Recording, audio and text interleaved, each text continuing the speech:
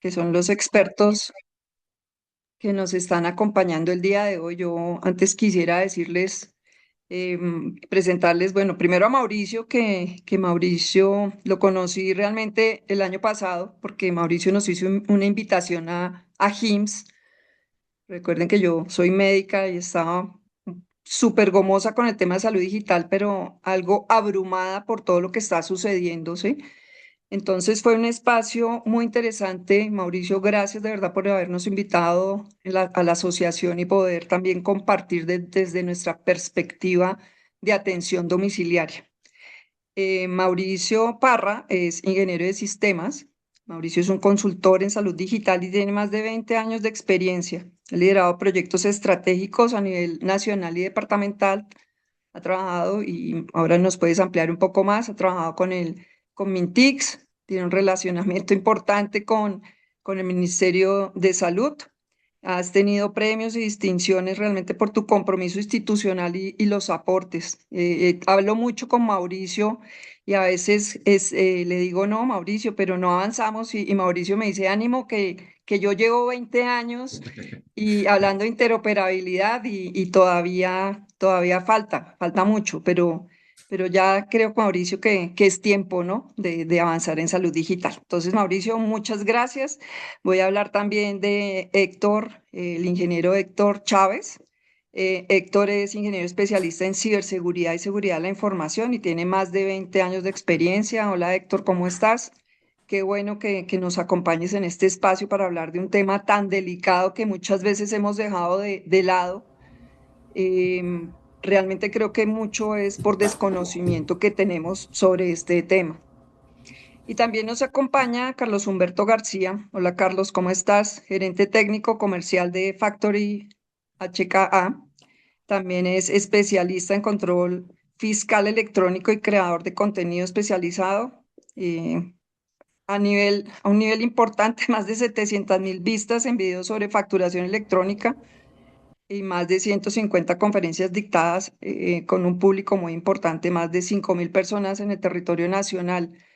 Carlos, sé y ese es un tema que les he comentado, hace un año estábamos todos buscándote, no sabíamos a quién acudir por el tema de facturación electrónica y RIPS. Y hoy creemos, porque este tema uno dice, no, hoy creemos que ya tenemos superado todo lo de facturación electrónica. Entonces, estos son nuestros expertos. Mauricio, este es tu auditorio. Muchas gracias de verdad. Estamos aquí atentos a todo lo que nos puedas compartir. No sé si quieres decir algunas palabras introductorias y ya yo haría unos comentarios para que podamos iniciar con las exposiciones de ustedes. Sí, no, muchas gracias, mi doctora Ariana, a todos los líderes de ACID, a todas las personas que nos acompañan. Muy emocionado, la verdad, muy emocionado para profundizar un poco lo que manifestaba la doctora Ariana. HIMSS es la fundación de salud digital más grande en el mundo, más grande del mundo. Pertenecen todos los asociados en hospitales y clínicas de Estados Unidos, más de 80 organizaciones en el mundo. Y actualmente, en este momento, se está haciendo el proceso de elaboración de HIMSS en Las Vegas. Por lo general, hay una frase que utilizan mucho las personas que tienen la oportunidad de asistir y es que cuando las personas asisten a HIMSS, entran con unas expectativas y salen con grandes retos, como es lo que nos está manifestando la doctora Ariana. Y nosotros en la TAM lideramos a 5 países y he tenido la oportunidad, como tú me pediste el favor, de trabajar con el sector gobierno nacional, con MINTIC, con el BID, también en las Naciones Unidas, todos en estos proyectos de salud digital. Me vine para trabajar con los territorios, me di cuenta que había que trabajar de la mano con los territorios, he tenido la oportunidad también de trabajar con secretarios de salud y para mí es muy emocionante estar con ustedes porque ya son directamente los líderes de las IPS privadas que también hemos entendido que se necesitan un gran apoyo para el uso y apropiación de las TIC en salud y para eso estamos acá. Muchas gracias, mi doctor.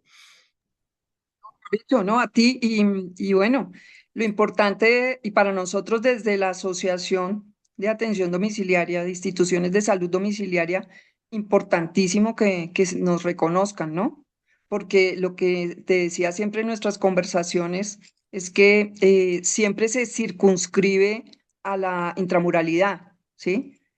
Inclusive aquí para comentarles que con Mauricio hemos estado hablando con los líderes de HIMSS, Latam y Mundial, para que realmente vean también hacia la extramuralidad, de mirar qué estándares podemos traer para la extramuralidad y de verdad romper los muros, que esa es nuestra intención.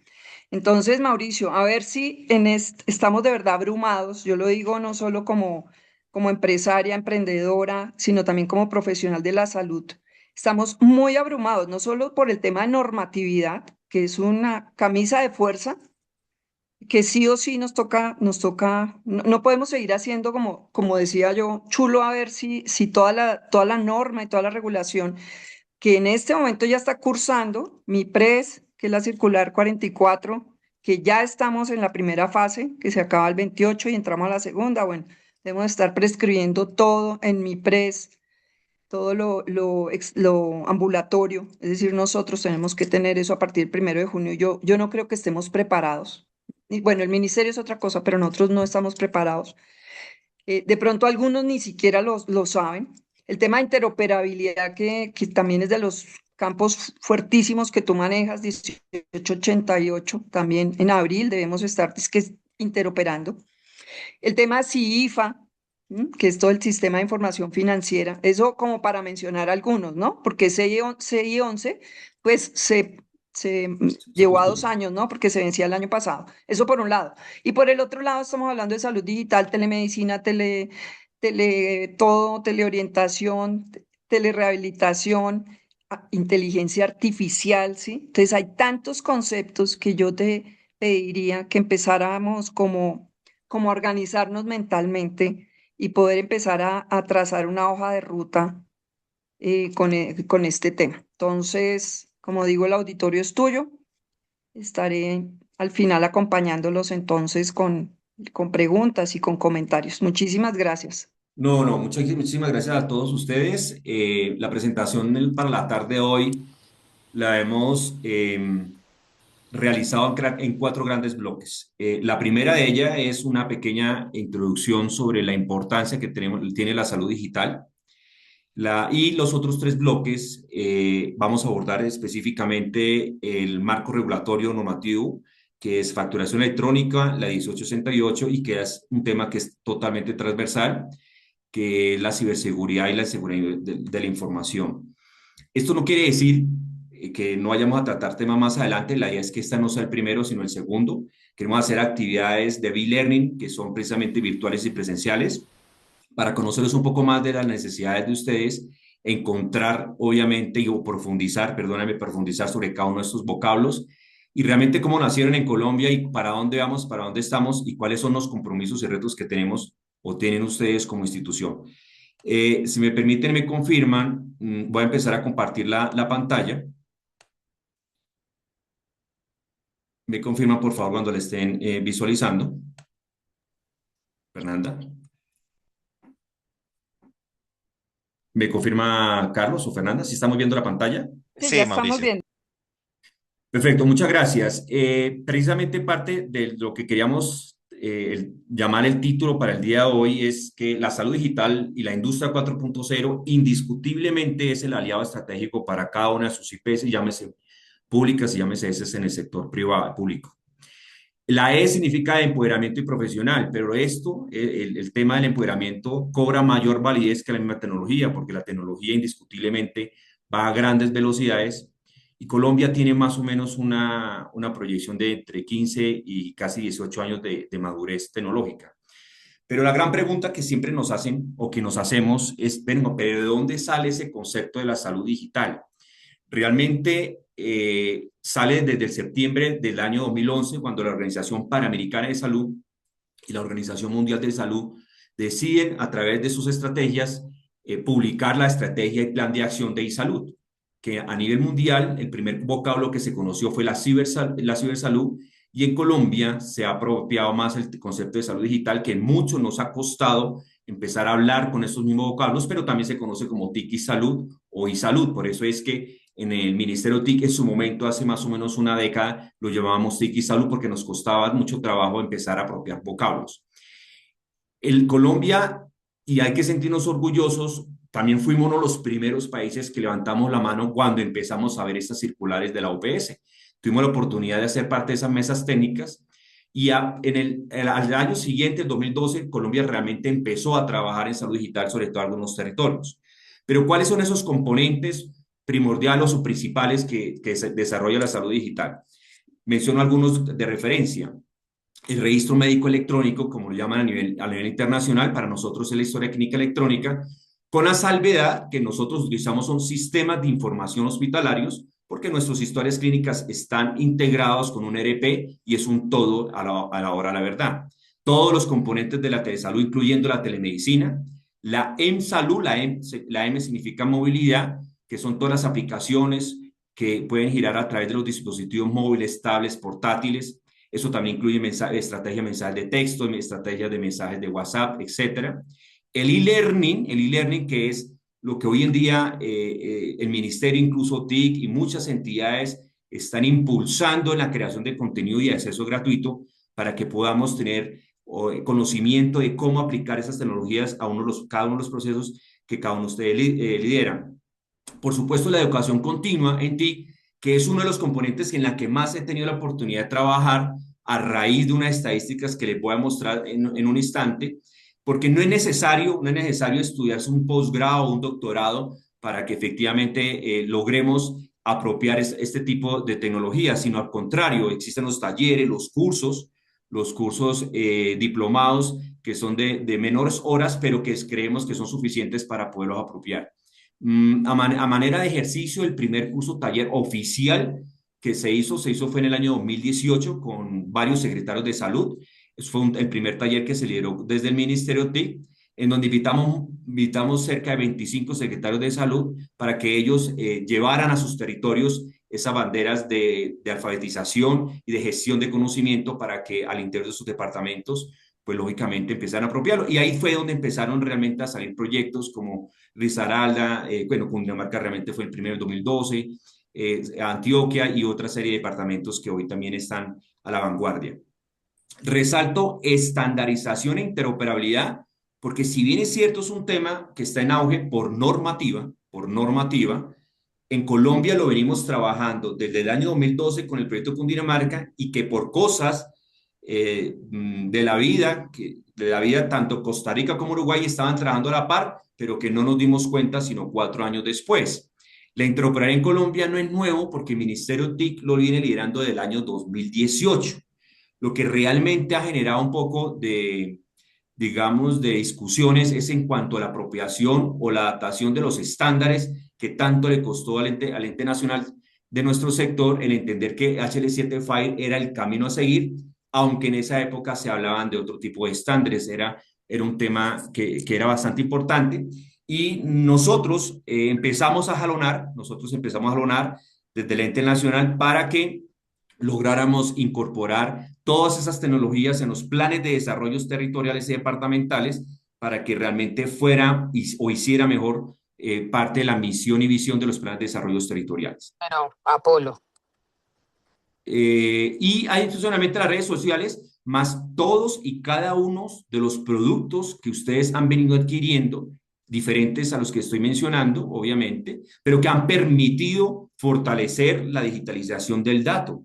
Todo ese tema de digitalización es fundamental, pero todos estos componentes son importantes en la medida que realmente puedan interoperar, que ha sido uno de los grandes errores que tenemos en el país de no manejar la interoperabilidad intramural. A la pregunta de que cómo estamos en esta parte del continente, esta es una estadística del BID, en donde vemos que más de 16 países ya han construido estrategias y salud digital a nivel institucional, incluso muchos de ellos ya van para la segunda estrategia. Ahorita hay países que ya están haciendo 2026, 2030, hay otros que ya vienen construyendo ese rato. Si no nos fijamos bien en la gráfica, aquí sale Colombia. A mi forma de ver las cosas a título personal, Colombia no tiene una estrategia de salud digital. Colombia lo que tiene son proyectos de componentes de salud digital que son es un concepto totalmente diferente y que precisamente se han venido liderando. El CIFA, facturación electrónica, la interoperabilidad, telesalud, incluyendo las diferentes teles, pero Colombia lo que más le ha hecho falta es una estrategia.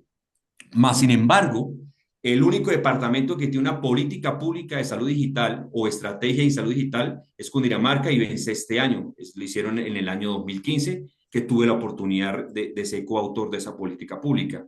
Los otros países que estamos viendo en esta columna son los que están en proceso, menos Chile, Bolivia, Chile, porque ya Chile ya también la está publicando.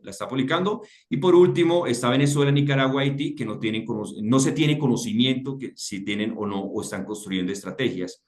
¿Cuál es el mensaje que estamos tratando de enviar con esta lámina? Y es que, si bien es cierto, los países deben generar un marco y lineamientos estratégicos, las instituciones como tal deben, o se recomienda mejor aún, crear su propia estrategia de salud digital institucional a corto, mediano y largo plazo. Es fundamental hacerlo. ¿Cómo se dio esto? La pregunta es cómo se dio. Hay muchas mesas de trabajo o muchas actividades que hacemos y estamos detrás del telón. Y el BID en el año 2014-2013 conformó una red que se llama la Red Americana de Cooperación de Salud Electrónica. Hoy en día actualmente existe su proyecto que financió el BID y en ese entonces participaron apenas 5 países. Entre eso estaba Colombia, Uruguay, Chile, Costa Rica y Perú. Tuve la oportunidad de ser el primer líder de Colombia para estar en esta red Raxel. Hoy en día, en esta red Raxel, hacen parte de estos 16, 12 países. En estas mesas de trabajo, quien representa, no hacen parte de esas mesas de trabajo, es el director TIC de Mi Salud. En el caso de nosotros, Mi Salud en esa época le costaba mucho trabajo en la avanzada, por eso lo lideramos desde mi TIC. Y lo importante acá es que ya existen manuales, se generan, se hacen acuerdos para el manejo de estándares, para lograr hacer intercambio transfronterizo. De hecho, muy seguramente podrán ver en algunas publicaciones las famosas conectatones. Entonces hay conectatones nacionales, pero también hay conectatones regionales, que es la que permite hacer intercambio de información cuando el usuario está fuera del país. Esto también se viene liderando, y otra serie de actividades con el ánimo de impulsar la integración de los datos para la toma de decisiones. Y alrededor de estas redes, pues se han creado otras, la Red Centroamericana de Informática en Salud, que son redes que soportan y apoyan mucho las entes gubernamentales para que efectivamente vayamos muy alineados. Pero a la pregunta de cómo debemos visualizar o proyectarnos para una estrategia de salud digital, es importante prever que los sistemas de salud están destinados a transformarse en sistemas centrados en las personas. Este ciudadano paciente debe estar en medio de cualquier tipo de estrategia, sin olvidar, por supuesto, que está al lado de la familia y pertenece a una comunidad. Hay en el mundo, por lo menos la literatura lo dice, aunque sale una sexta P, el modelo de las 5 Ps, que son los modelos de salud preventivos, los modelos de salud predictivos, los modelos de salud personalizados, los modelos de salud participativos y los modelos de salud poblacional. Que si revisamos, siempre hemos querido, o la idea es llegar a ser preventivos, que es como la apuesta que se está haciendo con los planes de desarrollo actualmente. Más sin embargo, para poder establecer cualquier tipo de este modelo, pues es fundamental la digitalización, pero siempre se nos olvida algo que es fundamental, y es conocer el territorio, la cultura y la religión de ese ciudadano paciente o usuario a la cual uno debe empezar a proyectar y girar la tecnología. Otro paso importante que vemos por mejores prácticas es el levantamiento de esos procesos. No todas las tecnologías, por más costosas que sean, puedan generar un mejor resultado, y no quiere decir que cualquier proceso sean cubiertas con grandes inversiones, porque hay tecnologías muy sencillas que se pueden también hacer un apoyo para reducir las barreras y cerrar la parte geográfica. Pero indiscutiblemente, entendiendo estos dos componentes, lo más importante es que cualquier sistema de información que ustedes adquieran o están adquiriendo o están fortaleciendo sean interoperables, pero no solamente porque la 1888 lo demanda para el continuo asistencial, sino porque a nivel intramural es netamente necesario. No se imaginan los problemas que hemos logrado encontrar cuando vamos a buscar esos datos en sistemas que no están integrados. Es bastante complicado. Y en Colombia, por lo general, tercerizamos, o en algunos escenarios tercerizamos medicamentos, incluso plataformas de telemedicina son tercerizadas, el tema de radiología son tercerizadas, y muy seguramente las actividades extramurales son tercerizadas, pero se les olvida que hay que interoperar. Y por supuesto, soportar todos los servicios adicionales de telesalud y telemedicina que estén lógicamente integrados, sin olvidar algún tema fundamental que es la georreferenciación, no solamente del usuario, sino del talento humano extramural, y que lleguemos en algún momento, aunque ya existen esos portales, lograr que el usuario tenga la información netamente de su atención completa, no solamente completa, cuando me refiero es completa, es independientemente de la red que asista, llámese público o privado.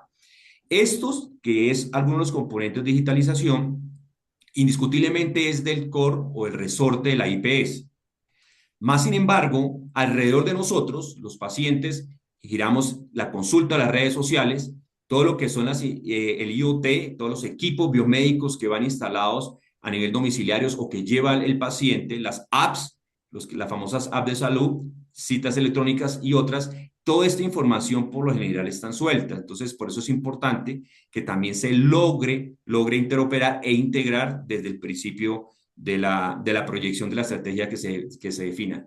¿Todo esto dónde los va a llevar? Pues efectivamente a tener tableros BI para la toma de decisiones basado en datos. Esos tomadores que no solamente es para el profesional de salud, es un tomador de decisión que también fortalece a nivel gerencial, es un tomador de decisión que fortalece la dirección de un proceso específico y, por supuesto, para hacer temas de analítica en salud pública.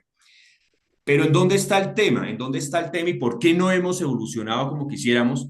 Porque reitero, Colombia tiene más o menos unos 15, 20 años en la curva de evolución de la tecnología.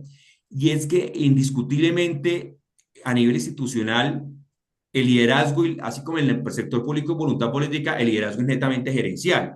Y es fundamental que a nivel de gerencial se empiece a definir esas estrategias, que exista una estrategia institucional de cultura del dato, que vean ese dato como el mejor activo que se tiene, como el mejor activo. No me gusta llamarlo el petróleo, que hoy en día los medios de comunicación lo utilizan, que en esas estrategias combinen el B-Learning con el e-learning. Me gusta más el B-Learning. Creo yo que el e-learning, que es 100% virtual, no es suficiente y siempre ha hecho falta un contacto presencial para identificar algunos casos de uso fundamentales para pasarlos a ser digitales y enfocarlos al empoderamiento, pero no solamente empoderar al profesional de salud, sino hay que empezar a empoderar o conocer el empoderamiento de su usuario. Este cuadrito es la estrategia para que todo lo demás realmente salga. Efectivamente viene lo que los medios de comunicación les ha llamado más la atención. Increíblemente les ha llamado más la atención, pero se les olvida decir qué hay detrás, ¿no? Sin digitalización y sin datos no hay industria 4.0. Lo más importante para tener Big Data es crear una estrategia de gobernanza de datos, sobre todo en la calidad, sus roles y responsabilidades. El tema de los robots, ahí se utiliza mucho, los famosos chatbots. El tema de la simulación, que son los gemelos digitales, sistemas de integración, Internet de las cosas, mire que cobra importancia. Otra es la ciberseguridad, cloud, 3D, realidad aumentada, y cada uno de estos componentes que están viendo acá los vamos a ir a mirar con detenimiento en una sesión posterior que tenemos planeado invitarlos para que podamos ver casos reales, pero también las dificultades que se han encontrado para que realmente estos proyectos sean realmente exitosos.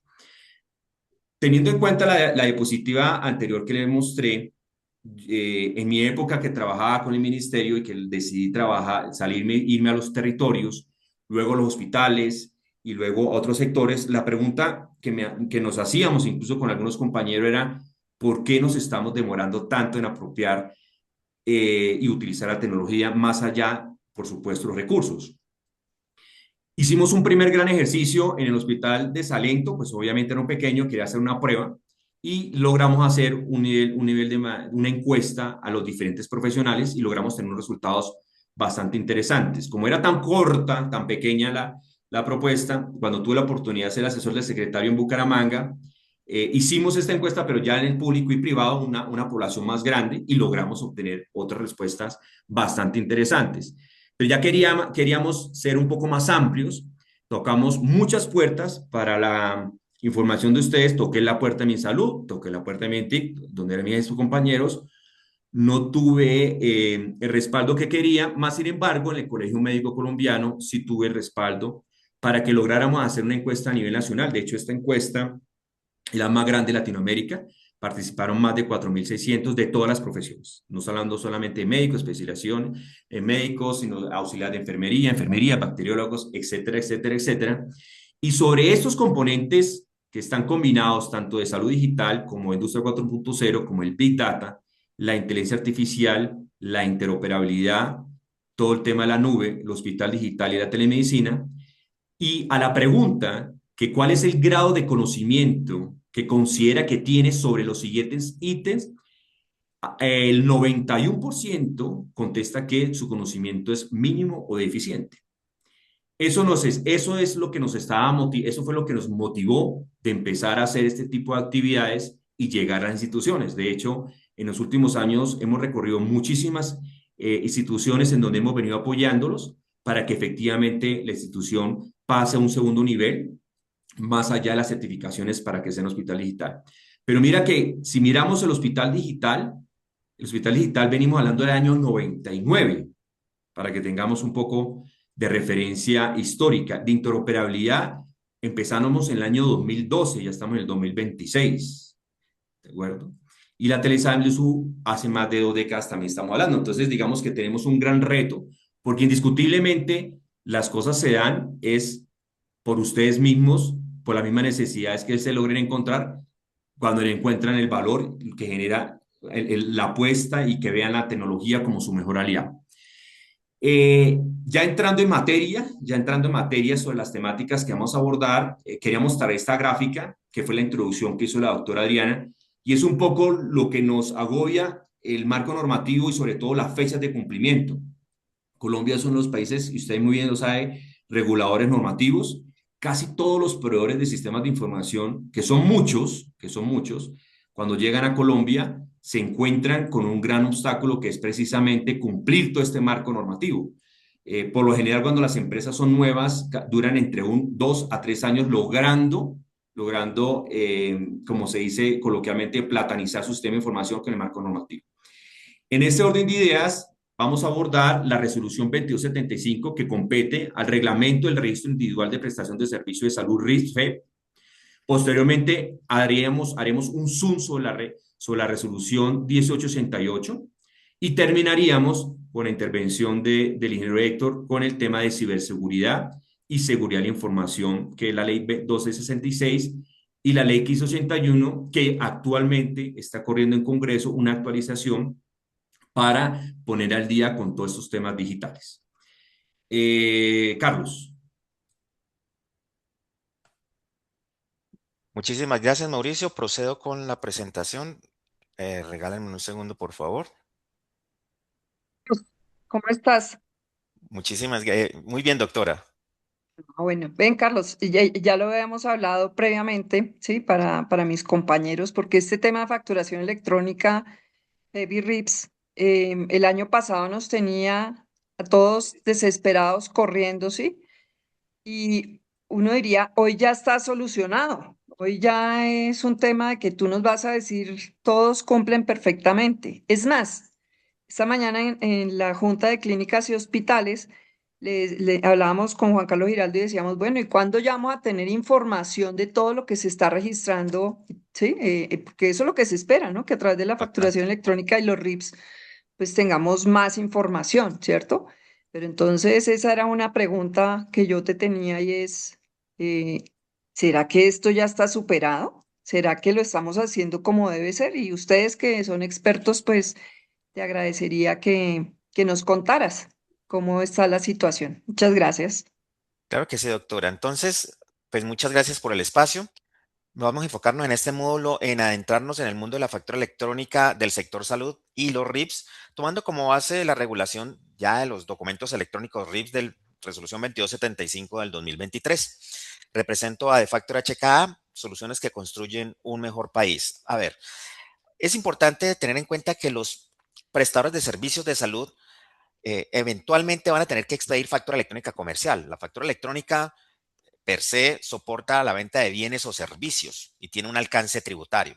Entonces, cuando uno se enfrenta a expedir a un cumplimiento normativo de este calibre, pues uno lo primero tiene que partir de las bases, y es, ¿qué hace o qué vuelve diferente una factura electrónica comercial de una factura electrónica del sector salud? Cuando hablamos de una factura electrónica comercial, hablamos de un documento que soporta venta de bienes o servicios, nada más. Tiene 18 requisitos. Estos requisitos básicamente podemos resumirlos en que se identifica el vendedor, hay que identificar el adquirente, hay una numeración consecutiva, una fecha y hora de la operación, como tal que debe estar plasmada en el documento, tanto físico como a nivel de XML. Hay que entregar ese documento con validación previa por parte de la DIAN, que es un tema bastante amplio, que podemos discutir incluso por más de una hora. Se habla también de una descripción de ítems, total de la venta, forma de pago, medio de pago, responsabilidades tributarias, discriminación de impuestos, la firma del facturador y la validación de la DIAN cumpliendo con la regulación, con el anexo técnico, el actual es el 1.9. ¿Qué hace diferente a la factura electrónica al sector salud? Pues básicamente son los mismos datos, es decir, está compuesta con los requisitos de la factura electrónica comercial, pero incluye 11 campos adicionales que no encontramos en la factura electrónica comercial. Ejemplo, el código REPS, el código de habilitación de todos los prestadores de servicios de salud. Es que yo quiero expedir factura del sector salud y no tengo REPS. ¿Cómo hago? No hay cómo hacerlo. O sea, tienes que tener la habilitación, si no, no puedes expedir este tipo de Aquí en la documento. esquina, en la esquina. Debes también tener en cuenta o se debe tener en cuenta que en los campos adicionales está presente las modalidades de pago, la cobertura o plan de beneficios, si aplica un número de contrato o número de póliza, la sumatoria de todos los valores de copago que están incluidos en los RIPs o las sumatorias que aplican también para cuotas moderadoras y pagos compartidos. Y cuando esos recaudos van directamente a la factura que se destina a la entidad responsable de pago, se pueden llevar a temas de anticipo, y este anticipo pues resta el valor de la factura, incluyendo las fechas de inicio y finalización de los servicios prestados. Esto es básicamente la diferencia entre una factura electrónica comercial y una factura electrónica del sector salud. Ahora bien, aterrizando un poco los temas técnicos y tecnológicos, ¿qué es un RIPS electrónico? Todos de pronto estamos acostumbrados a un archivo plano, los chicos de los RIPS, que hacían básicamente una estructura, unos archivos que pasaban por unas prevalidadores y unas mallas de validaciones de los pagadores. Pues resulta que todo eso cambió. Ahora, todos estos documentos, toda esta información pasa inicialmente por el Ministerio de Salud. Ya el tema de prevalidadores, tema de mallas propias, pues digamos que no es aceptable. Y por eso es importante tener en cuenta el alcance de este documento. Básicamente, hablamos de una estructura con 3 jerarquías. La primera es la que me describe la transacción. Es decir, puedo hablar de una factura electrónica, de una nota de crédito, una nota de débito. En cada transacción pueden haber múltiples usuarios. ¿Ok? Y tengo que discriminar por cada usuario los servicios que le estoy prestando. A nivel de alcance del RIPS electrónico, hablamos de hasta 7 servicios de salud. ¿Ok? ¿Cuáles son estos 7 servicios de salud en donde va englobados todos los servicios que prestamos a nivel país? Consultas, procedimientos, urgencias, hospitalización, recién nacidos, medicamentos y otros servicios. Únicamente el RIPS me permite incluir valores de servicios en los servicios de consultas, procedimientos, medicamentos y otros servicios. Entonces, el registro individual de prestación de servicios de salud, RIPS, me permite enfocar de una manera distinta lo que es la factura, pero al final es como una visual espejo de lo que sería una factura electrónica, pero con una visión o un entendimiento más de salud, más de servicios, que obviamente tiene valores y tiene un alcance también de soporte a esas transacciones. Veamos un ejemplo de un RIPS electrónico. Aquí estamos viendo una factura 001, en donde incluyo 4 usuarios, el señor Pedro Pérez, María Martínez, Ana López, Paola García. Al señor Pedro Pérez le brindé un servicio de consulta de medicina general. A María Martínez le brindé una consulta de dermatología y dentro de la consulta le brindé un procedimiento de dermatoscopía. A la señora Ana López la acepté en la IPS a través del módulo de urgencias, eso lo llevó a hospitalización y finalmente se ejecutó con ella un proceso de filaria examen directo, es decir, la paciente presentaba un cuadro parasitario que la llevó precisamente a realizar este procedimiento. Y a la señora Paola García la aceptamos en hospitalización para un parto instrumentado y eso generó información de un recién nacido. Esto es la estructura de un RIPS como tal. Ahora, este RIPS, ¿cómo se ve reflejado en una factura electrónica? Primero debemos tener en cuenta que todos los RIPS deben ser reportados directamente al Ministerio de Salud.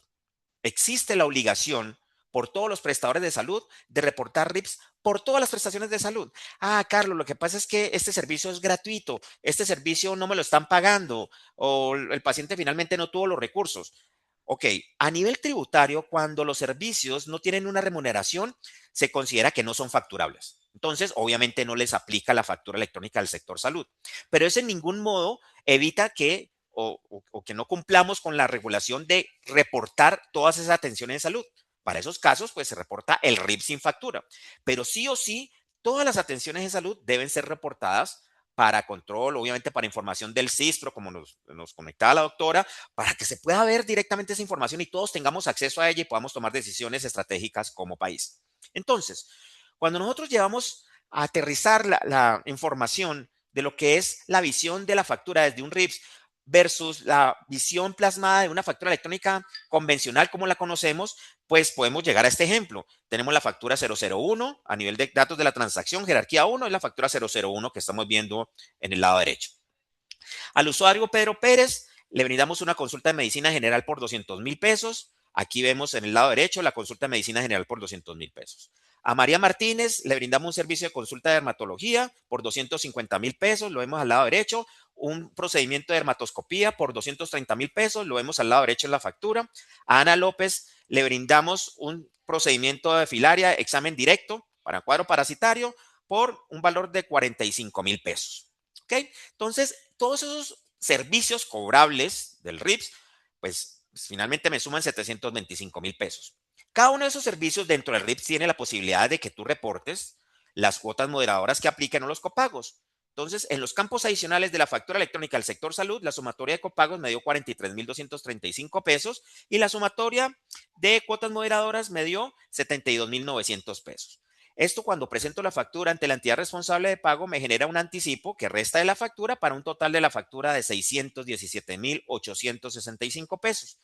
Si el RIPS y la factura no concatenan, no están relacionados al nivel que estamos viendo en esta diapositiva muy sencilla, muy simple, pues el Ministerio de Salud no nos va a generar el código único de validación y vamos a tener temas de demora en el pago, etcétera, etcétera. Es muy importante tener el concepto de cómo se deben generar este tipo de facturas.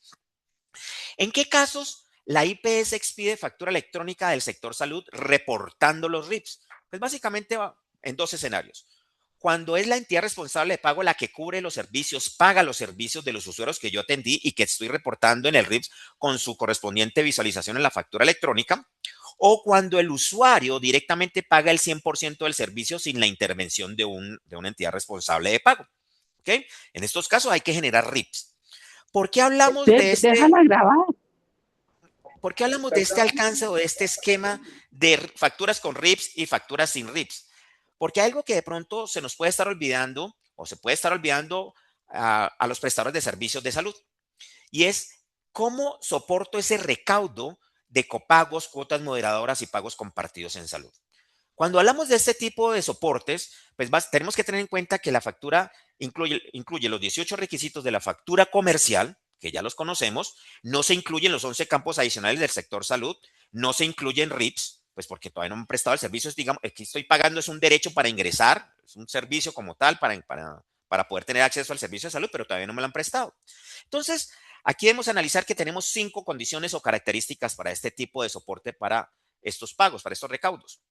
Número 1, por más de que solo tenga los 18 campos de la factura comercial, 18 requisitos de la factura comercial, ojo, no es una factura electrónica de venta comercial, es una factura electrónica del sector salud. Número 2, no se incluyen datos adicionales del sector salud, no se incluyen RIPS, se incluyen datos por separados del pagador de la factura y del usuario del servicio. Es una particularidad que no tiene la factura comercial. En la factura comercial, el que recibe la factura, el adquirente es el que tiene el beneficio tributario. Aquí no, aquí pues el usuario ser una entidad distinta al pagador de la factura, que es el que tiene el beneficio tributario. Por ejemplo, el de poder utilizar o el de poder llevar ese egreso a deducción de impuesto de renta. Y lo más importante, dependiendo del tipo de escenario, este tipo de facturas puede ser en mandato. Entonces, cuando yo recaudo este tipo de ingresos con estas facturas, pues ese ingreso inicialmente es un ingreso de terceros que se visualiza o que se lleva contablemente a esquemas de ingreso de mi propia organización de del propio prestador de servicios cuando expido la factura a la entidad responsable de pago, y ahí sí se vuelve un ingreso a través de que lo visualizo en la factura electrónica como un anticipo. ¿Cuáles son entonces las características que debe cumplir este tipo de recaudos?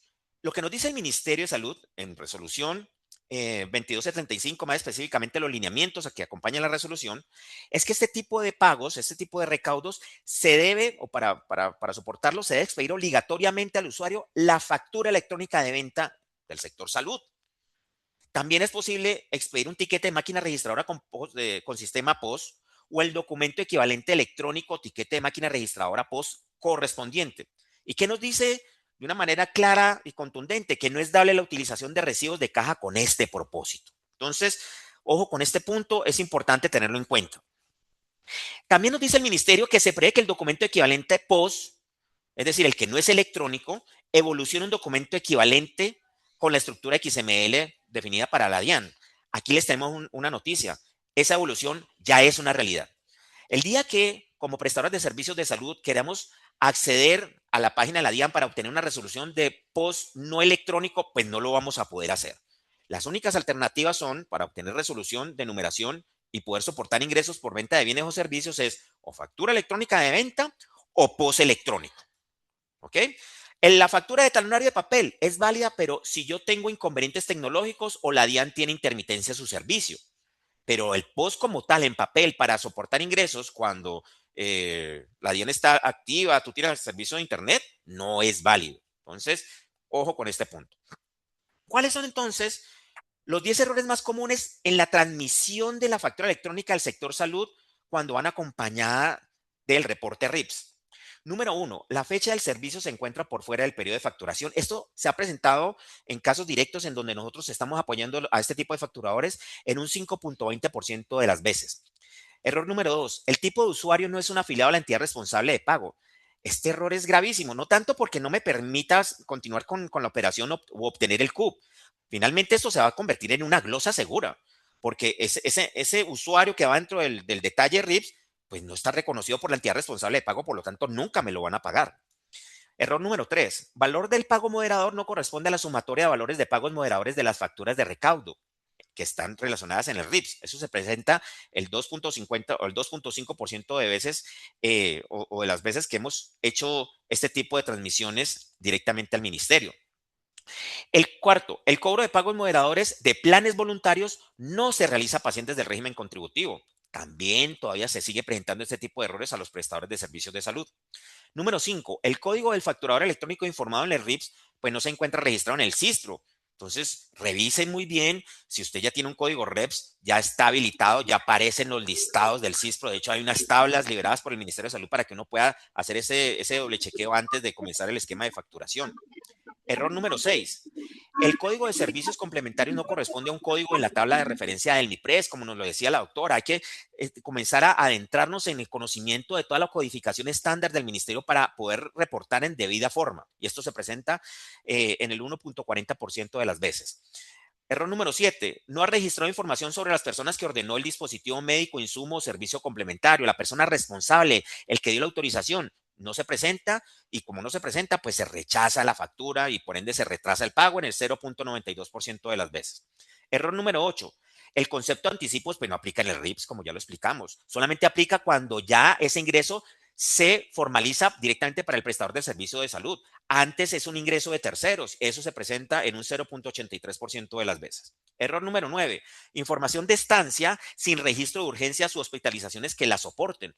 Esto claramente es una validación del RIPS que se presenta, no mucho, pero se sigue presentando algunos errores, sobre todo en los prestadores de salud a nivel de IPS, en un 0.24%. Y finalmente, el error número 10, que nos indica que si el código CUPS corresponde a un procedimiento quirúrgico, se debe informar en los RIPS los datos de la sala usada. Esto se aplica o digamos que se presenta en un 0.13%. ¿Cuál es la mejor manera entonces de minimizar errores con respecto a estas situaciones que se presentan? Pues es armonizar los sistemas fuentes de información. Por alguna razón creemos que toda la información de los RIPS sale de historia clínica, pero no. La historia clínica me genera información súper valiosa, pero tengo que concatenarla con sistema administrativo y que el resultado sea algo coherente, algo que en verdad represente la operación y que sea en realidad lo que necesito que me paguen, el servicio que presté. A veces voy a necesitar algunos registros asistenciales que me alimenten el RIPS como tal y la factura electrónica. Entonces, aquí el reto es armonizar los sistemas y sobre todo cumplir con todos los documentos para que esa armonización finalmente vaya en la misma vía que la regulación, en la misma vía que la validación que hace el ministerio. Finalmente, ¿cuáles son las sanciones de no cumplimiento? Entonces uno dice, venga, algunos prestadores de servicios de salud dicen, no, mire, la entidad responsable de pago, pues yo, digamos que me acepta la factura electrónica comercial, digamos que los RIPS, pues todavía ellos me hacen una validación en su propia malla de validación y bueno, yo después no sé cómo llega esa factura al Ministerio de Salud o no sé si llega o no llega. Bueno, finalmente, las entidades responsables de pago que no cumplan con los esquemas de RIPS y factura electrónica del sector salud, si son entidades territoriales, podrán tener una notificación a la Superintendencia Nacional de Salud. A las EPS se les puede suspender los giros. ¿Y qué pasa con los facturadores del sector salud? Pues una de las más importantes es el no pago de las facturas, sin olvidar que esas sanciones pueden llegar a la revocatoria del certificado de habilitación. A continuación, otra vez, Mauricio, te doy la palabra para que procedas con el módulo de interoperabilidad de la historia clínica, resolución 1888 del 2025. Muchas gracias. Gracias, Carlos. Ya voy a compartir la pantalla nuevamente.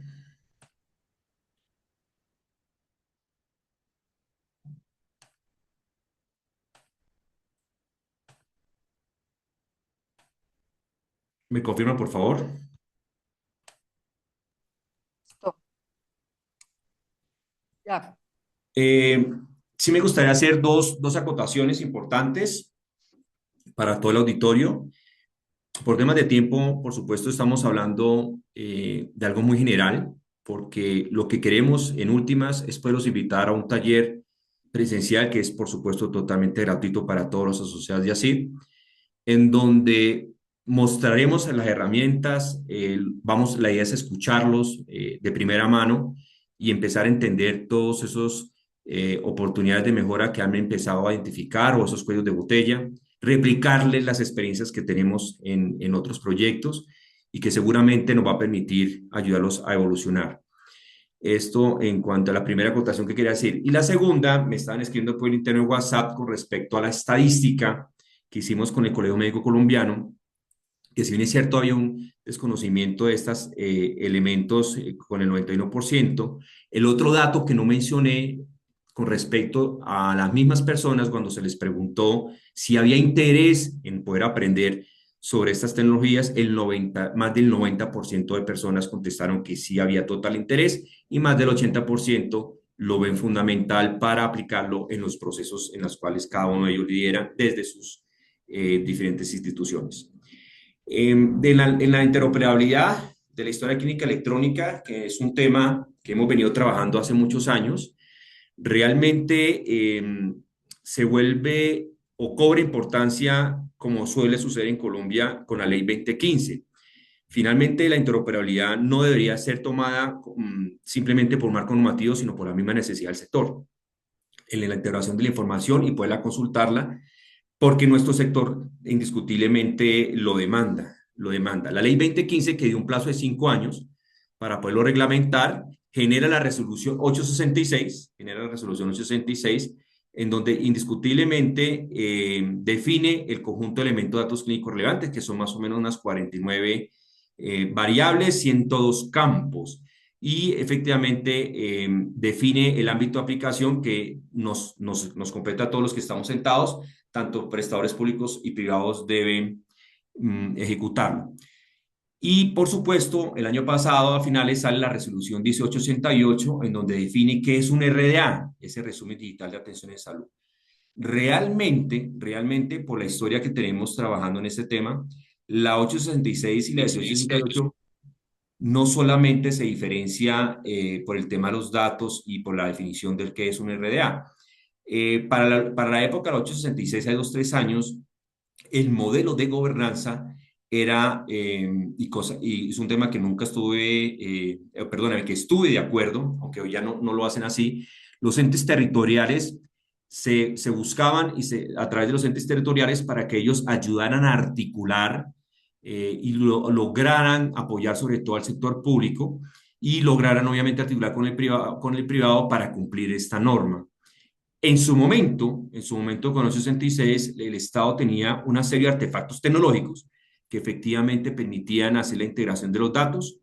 Nosotros hemos venido pasando etapa por etapa, por etapa. Muy seguramente han leído o han visto las diferentes conectatón que se han realizado en Colombia, que se hicieron hace 2 años, nosotros estuvimos también ahí. En su momento yo representé al departamento de Santander. Y la 1868, el modelo de gobernanza cambia totalmente. ¿Eso qué quiere decir?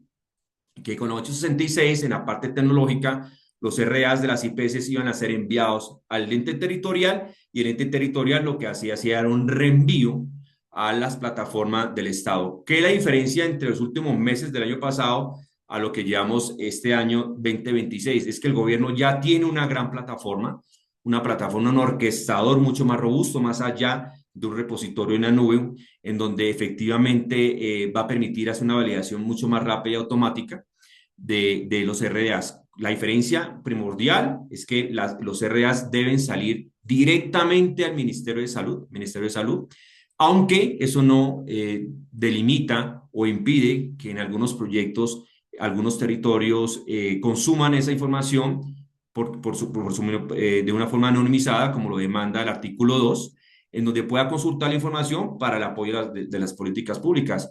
Hay otros, realmente en datos no cambió, a pesar de que se generaron en las diferentes y múltiples, porque son múltiples mesas de trabajo, donde manifestamos la necesidad de integrar nuevos datos. Esos datos no llegaron y casi todos esos datos pues son netamente intramurales. Entonces, datos como el caso de especialidad, esos datos todavía no están viajando y es la forma como hay, pero sí es una buena guía para que podamos ir estandarizando la forma como se están construyendo y cómo se están capturando. El vencimiento es el 15 de abril, se espera que sea de abril. ¿Estamos enviando RDAs actualmente? Sí, señora, sí estamos enviando RDAs actualmente. Estamos en ambiente QA con algunas instituciones, algunas redes. Ya hay muchos privados que están enviando. Bueno, esa es la otra diferencia, es que aquí era un solo RDA, aquí son 4 RDAs. Se resume en digital de atención, está por paciente, por hospitalización, urgencias y consulta externa. Ya hay varios hospitales y clínicas, ya hemos hecho pruebas directamente incluso con el Estado para hacer consumido esos datos por esta institución. Y a diario hay múltiples mesas técnicas de acuerdo al nivel de madurez que están desarrollando por cada uno de los proveedores. Pero al entender cuál es el problema, y es bastante importante volverlo a resaltar, es por qué en Colombia se está montando interoperabilidad. En Colombia se está montando interoperabilidad es porque en nuestro ecosistema tenemos múltiples IPS. Como bien lo sabe, tenemos, si bien es cierto, a nivel de públicos tenemos apenas 957, que es como el 2-3% de las 10.000 IPS del ecosistema que tenemos. Mas, sin embargo, tenemos una gran industria de desarrolladores en Colombia y esa balanza en el momento en que uno puede empezar a seleccionar si, como en algún momento la 1438 lo demandó, que fue derogado con el 1754, en estos 12 se hablaba de la historia clínica única, que era imposible. Eso no solamente era retroceder sobre todos los desarrollos que las instituciones habían realizado esas grandes inversiones, pero en ese entonces logro entender que fue un poco más de vocablo. Y porque nosotros actualmente tenemos mal contado más de entre 80 y 100 proveedores de historias clínicas más los desarrollos in-house que cada una de las instituciones hace. Entonces, digamos que ahí es cuando cobra importancia la interoperabilidad y el país se decide de implementar plataformas de ese tipo. Pero nosotros venimos construidos hace más de 20, 30 años sistemas de información que no son interoperables y mucho menos integrados, y es porque nunca los hemos generado unos lineamientos. Vuelvo, insisto, no tienen que solamente a nivel nacional, sino a nivel institucional, a corto, medio y largo plazo, debería ser consigo de esa forma. Adicionalmente, pues las IPS consolidan grandes volúmenes de datos, generando duplicidad y fragmentación de información, como todos bien lo sabemos, dificultando la toma de decisiones para ser de una forma, con sus 3 valiosos principios, que es de una forma oportuna, veraz y confiable, y segura por no ser interoperables. para que finalmente los profesionales de salud, que son los grandes beneficiarios, pues puedan tomar decisiones con información completa y de una forma oportuna, que actualmente no está sucediendo cuando hay tanta información en el sector. ¿Cuáles son de los grandes problemas adicionales que les mencionaba hace un instante, los sistemas de información hospitalarios? Como les decía, pues casi todos son desarrollos autónomos, no comparte criterios homogéneos, varios lenguajes de programación, no solamente en Colombia, sino en Latinoamérica. Procesamientos en base y en otros o en línea, yo calculo que existe en Colombia por lo menos un 15 o un 20%, aunque ya han venido adquiriendo sistemas de información que no tienen, que están en papel, y otro porcentaje importante que aún tienen la versión de hace más o menos unas 3 décadas, cuando el Ministerio de Salud empezó a donar esos sistemas en la parte de ERP, porque salió posteriormente la historia clínica. En su mayoría no son escalables, no comparten criterios transversales estandarizados y es porque a la hora de comprarlos no los exigen. Dependientes del proveedor, los requerimientos con el proveedor son demorados como cualquier otro proveedor en Colombia. Ausencia de estadísticas estandarizadas y es porque no estamos visualizando para qué más necesito el dato más allá de la atención intramural y extramural por parte del profesional de salud. No se identifican las variables esenciales para la toma de decisiones, que es la gran pregunta que cualquier proyecto en Industria 4.0 nos hace o les hacemos. ¿Qué es lo que quieren y qué decisión deben tomar y si ese dato realmente se está capturando? Y una falta de una arquitectura en sus ámbitos organizacionales, sistemas de aplicaciones. No son temas menores, no son temas menores, pero había que empezar. Estoy muy de acuerdo con que se pongan fechas para que realmente empecemos a estructurar y empecemos a sacarle un mayor provecho a ese valor activo. ¿Cuáles son las opciones que estamos viendo desde el año pasado con todo este tema de la 1868? Inicialmente, y por supuesto, yo creo que ustedes, los proveedores de ustedes ya lo están abordando, hay una creación por norma de la generación de los REAs nativa. Nativa quiere decir que el mismo proveedor lo está realizando, lo mismo proveedor lo está realizando. Pero también hemos descubierto que las IPS han alzado la mano y empezado a buscar apoyo de terceros para poder soportar esto. Y efectivamente que podamos llegar a la fecha que tenemos como meta. Y una mezcla, y también hemos visto una mezcla de ambas, ¿no? Es un trabajo mancomunado con el proveedor y con la IPS para que esos RDAs efectivamente puedan viajar a la plataforma del Estado y puedan ser consumidos. Dentro de la temática que queremos abordar con ustedes en el taller presencial y que de verdad los invito nuevamente para que nos puedan acompañar ahí en el taller vamos a mostrar precisamente las herramientas que utilizan, qué es un RA, cómo están conformados sus datos, cómo están viajando, de qué forma llegan, cómo es la plataforma del Estado, cuáles son las recomendaciones que nosotros les hacemos a cada uno de ustedes y cuáles son los retos técnicos que se afrontan y cuál es realmente el rol y la responsabilidad que tiene el generador del dato, quien lo captura, tiene un rol y responsabilidad. Por mencionar uno, y que creo que algunos de ustedes se lo referencié en alguna oportunidad, hay algunas instituciones que a pesar de que llevamos muchos años, décadas manejando CUMS, alternamente manejan códigos internos. Entonces los sistemas de información, además del código CUMS, o código CUMS manejan unos códigos internos y cuando se crea un RDA que es con un código que no existe en el catálogo, pues efectivamente con esa menor incidencia, pues la plataforma lo que va a hacer una devolución de los RDAs. Es importante, y reitero, empezar a comprender la responsabilidad que se tiene para organizar la base de datos, porque la evolución de RDAs puede ser muchísimo trabajo por un ingeniero, empezar a revisarlos y empezar a fortalecerlo. Por eso es que para nosotros eso es importante y recomendarles de crear esa estrategia a nivel institucional en donde viene ese cambio y responsabilidades para que los datos viajen como deben de viajar y efectivamente estén disponibles para el momento que se puedan consumir a través de visores. Pero reitero, todos estos datos, toda esta información lo vamos a abordar detenidamente en el taller presencial que vamos a hacer.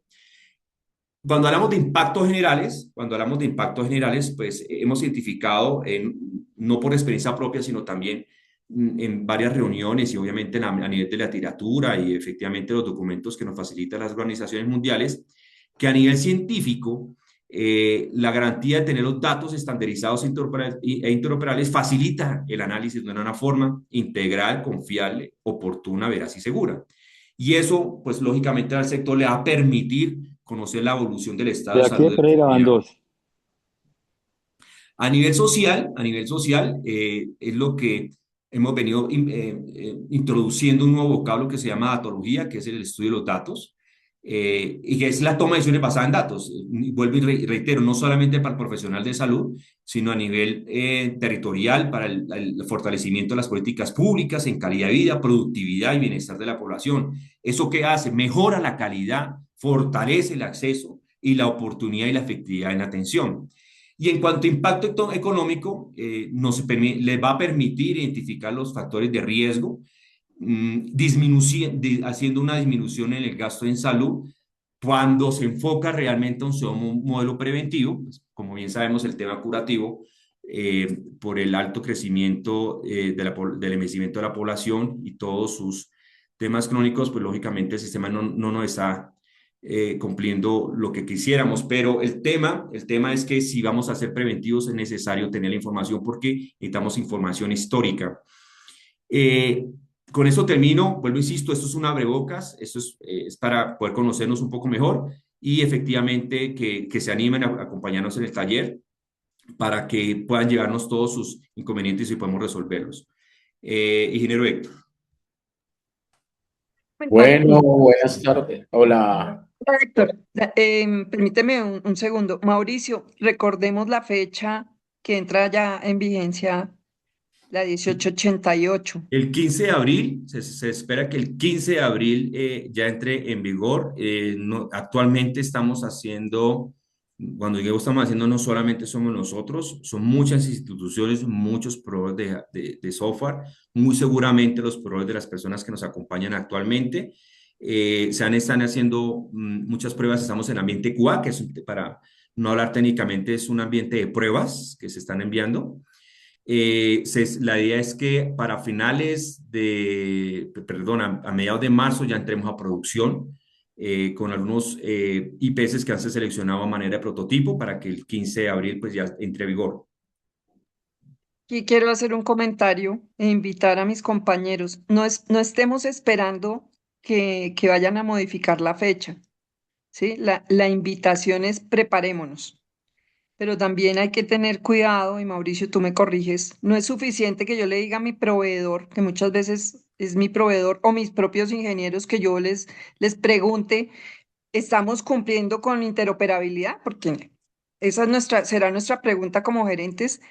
eh, Tenemos que ir mucho más allá de eso, ¿no? Porque nos pueden decir, claro, pues sí, eso cumplimos, y también cumplen con facturas, claro que estamos cumpliendo, entonces hay que ser muy juiciosos e intentar hacer todo para cumplir e interoperar. Es una Sí, necesidad del sistema, ¿no? haces una buena intervención. Les cuento otra anécdota con X IPS. El proveedor le garantizó, uno entiende que los proveedores viven ocupados, que ya estaban a nivel nativo el desarrollo. Cuando fuimos a hacer un test, ningún RA subió. Y era porque al entender, cuando el gerente le pregunta al proveedor que si nosotros, o el mismo gerente o el equipo de trabajo que se ha asignado para revisar la norma, les pregunta que si estamos cumpliendo las variables, cuando ustedes leen al comienzo el encabezado, pues dicen que sí. Pues sí, yo tengo nombre, apellido, dirección, etcétera. Pero resulta que eso está por campos. El nombre uno es un campo, el nombre dos es otro campo. El ejemplo, los CUMPS y los CUPS. Y no lo cumplen 100%, no lo cumplen con 100%, y como les digo, anteriormente esa carga le iba a caer al territorio donde les iba a ayudar precisamente a mejorar o fortalecer o a pulir esos REAs. Hoy en día ya no. Esos REAs van a devolverse, y en el momento que se devuelven le va a caer la responsabilidad al IPS, en donde van a tener que revisarlo. Ya técnicamente un RA tiene una cantidad de líneas y volverlo a enviar, y volverlo a enviar. Y los RAs tienen tiempos de envío. Entonces, por eso es importante, pero vuelvo, insisto, el tema es desde la concepción de la captura del dato, de cómo está estructurada la historia clínica para que realmente la información pueda generar valor y pueda subir el resumen digital de atención. Gracias, Mauricio. Hola, Héctor, bienvenido. Hola, Doc, muchas gracias. Buenas tardes a todos los médicos que nos acompañan en esta sesión. Gracias por la invitación. Gracias a todos los que nos están acompañando. Pues básicamente, aquí vamos a tratar un poco de hablar un poco de ciberseguridad, de seguridad de la información, donde nosotros tratemos las tendencias y costos globales de un ciberataque y de lo que nos costaría a nosotros como entidad prestadora de salud eh, un ataque de ciberdelincuentes. Es un tema que cada vez cobra más importancia. Es el tema de moda, todo el mundo hablando de ciberataques, de ransomware, de phishing, de todos los términos aquellos con que a diario nos encontramos. Y más atado al tema de la inteligencia artificial, donde en este momento, si nosotros tomamos la inteligencia artificial como para mejorar nuestros procesos, nuestros procedimientos, pues también lo están utilizando los ciberatacantes para hacer más vulnerables nuestros sistemas, para hacer más vulnerables nuestros controles y para hacer más vulnerable la data que nosotros tenemos como garantes de la prestación de servicios de salud. Y no solamente hablo de salud, los sectores más atacados en cualquiera de los países de Latinoamérica y a cualquier país a nivel mundial son los sectores gubernamental, educativo y de salud en las mismas referencias, en los mismos porcentajes. Entonces, después de haber escuchado a Carlos hablando un poco de facturación electrónica, a Carlos Mauricio hablando de interoperabilidad en salud, pues cabe resaltar que cada uno de esos datos que van viajando por la internet, por el tema de la nube, por todos los sistemas de información, tienen que ir preparados y tienen que ir garantizados de una u otra forma, de que no tengamos un riesgo a cualquier vulnerabilidad del dato. De ahí empieza el tema de las obligaciones legales y riesgos jurídicos, iniciando con la ley 2275, la resolución 2275, perdón, del 28 de diciembre de 2023, donde básicamente, ¿qué nos dice? Las entidades prestadoras de salud son las responsables de garantizar los procesos y en sus procesos y en sus sistemas de información 5 temas específicos: la veracidad de la información, la confidencialidad de la información, la integridad de la misma, la custodia, su custodia y su disponibilidad.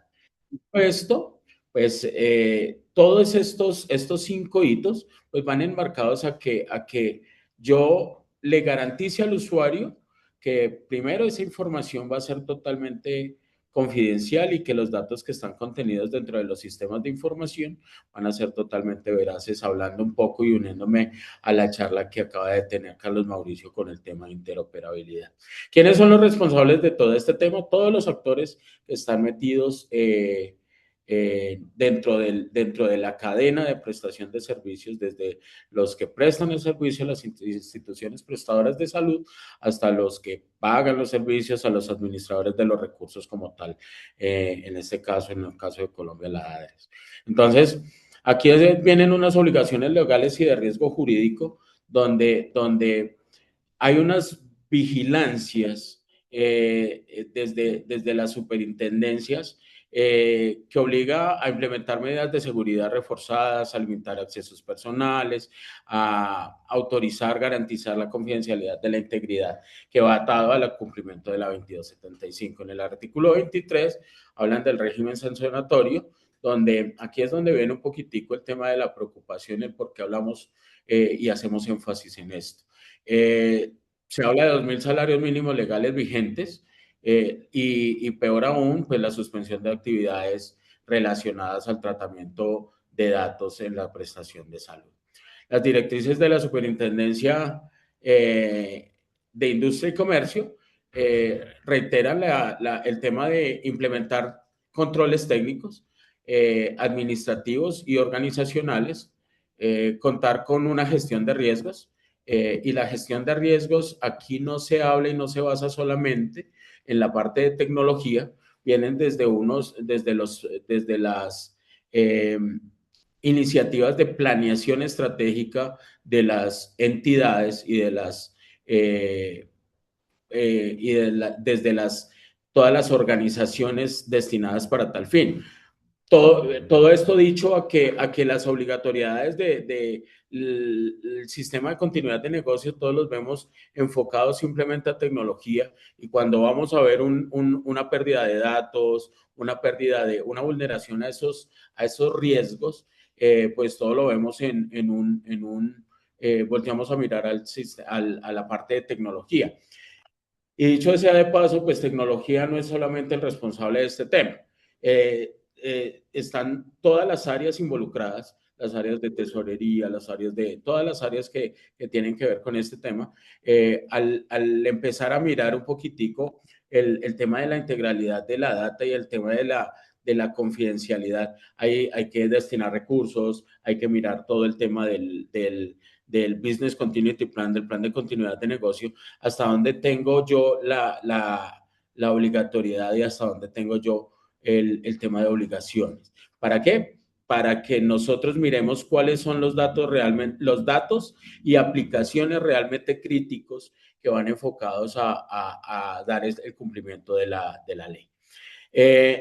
Los delitos informáticos en Colombia se tipifican como conductas de acceso abusivo a cada uno de los sistemas y de los datos como tal, que llevan por sí unas implicaciones legales, investigaciones penales, procesos jurídicos, pero no son solamente los ciberdelincuentes, ¿no? También llevan unas investigaciones y unos datos y unas necesidades de establecer responsables a partir de la prestación del servicio.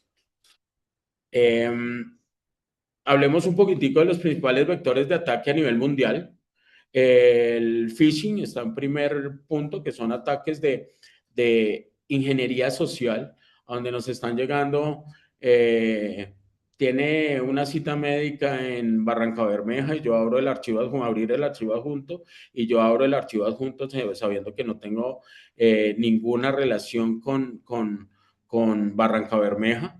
Es lo mismo que nos pasa a diario, de que llegan un correo electrónico diciéndome, oiga, tiene un parte y ni siquiera tengo una licencia de conducción, o básicamente cualquiera de las propagandas. Entonces, ¿cómo se hace esto? Esto se inyecta código dentro de la red para que empiece a analizar por medio de la inteligencia artificial nuestros comportamientos.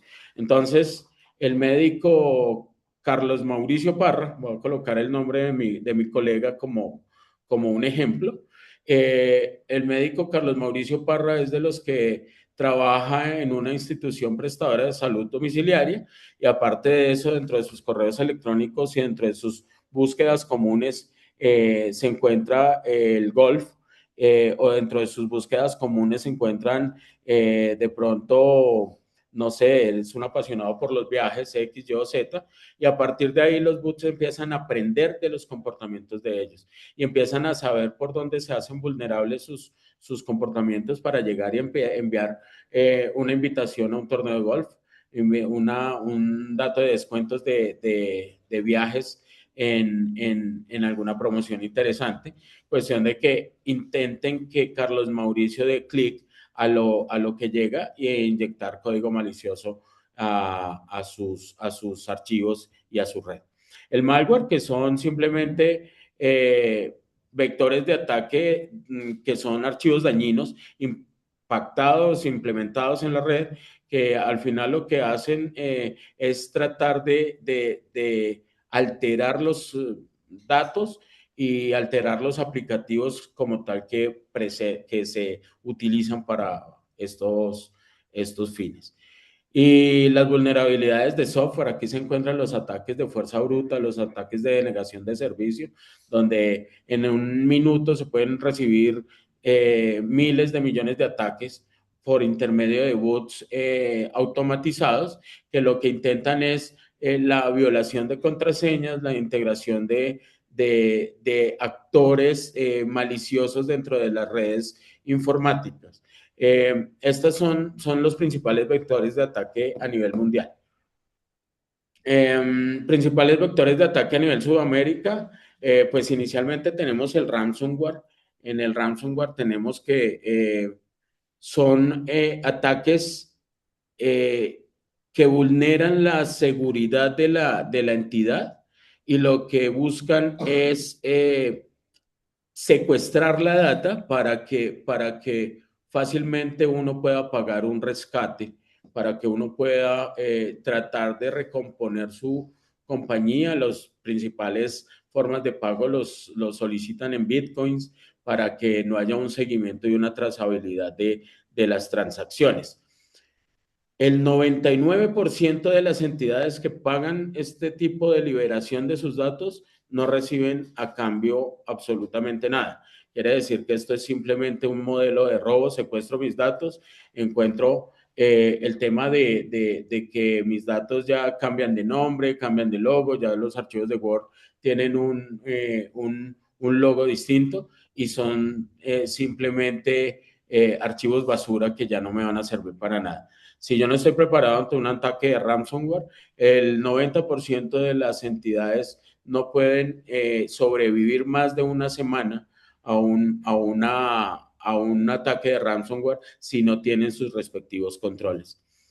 Ataques de credenciales básicamente están enfocadas al uso indebido de sus credenciales de acceso, a la violación de esas credenciales, pero en estos casos muchas veces los principales, bueno, y en todos los casos de ciberseguridad, el actor más débil, el eslabón más débil de la cadena somos nosotros mismos los usuarios.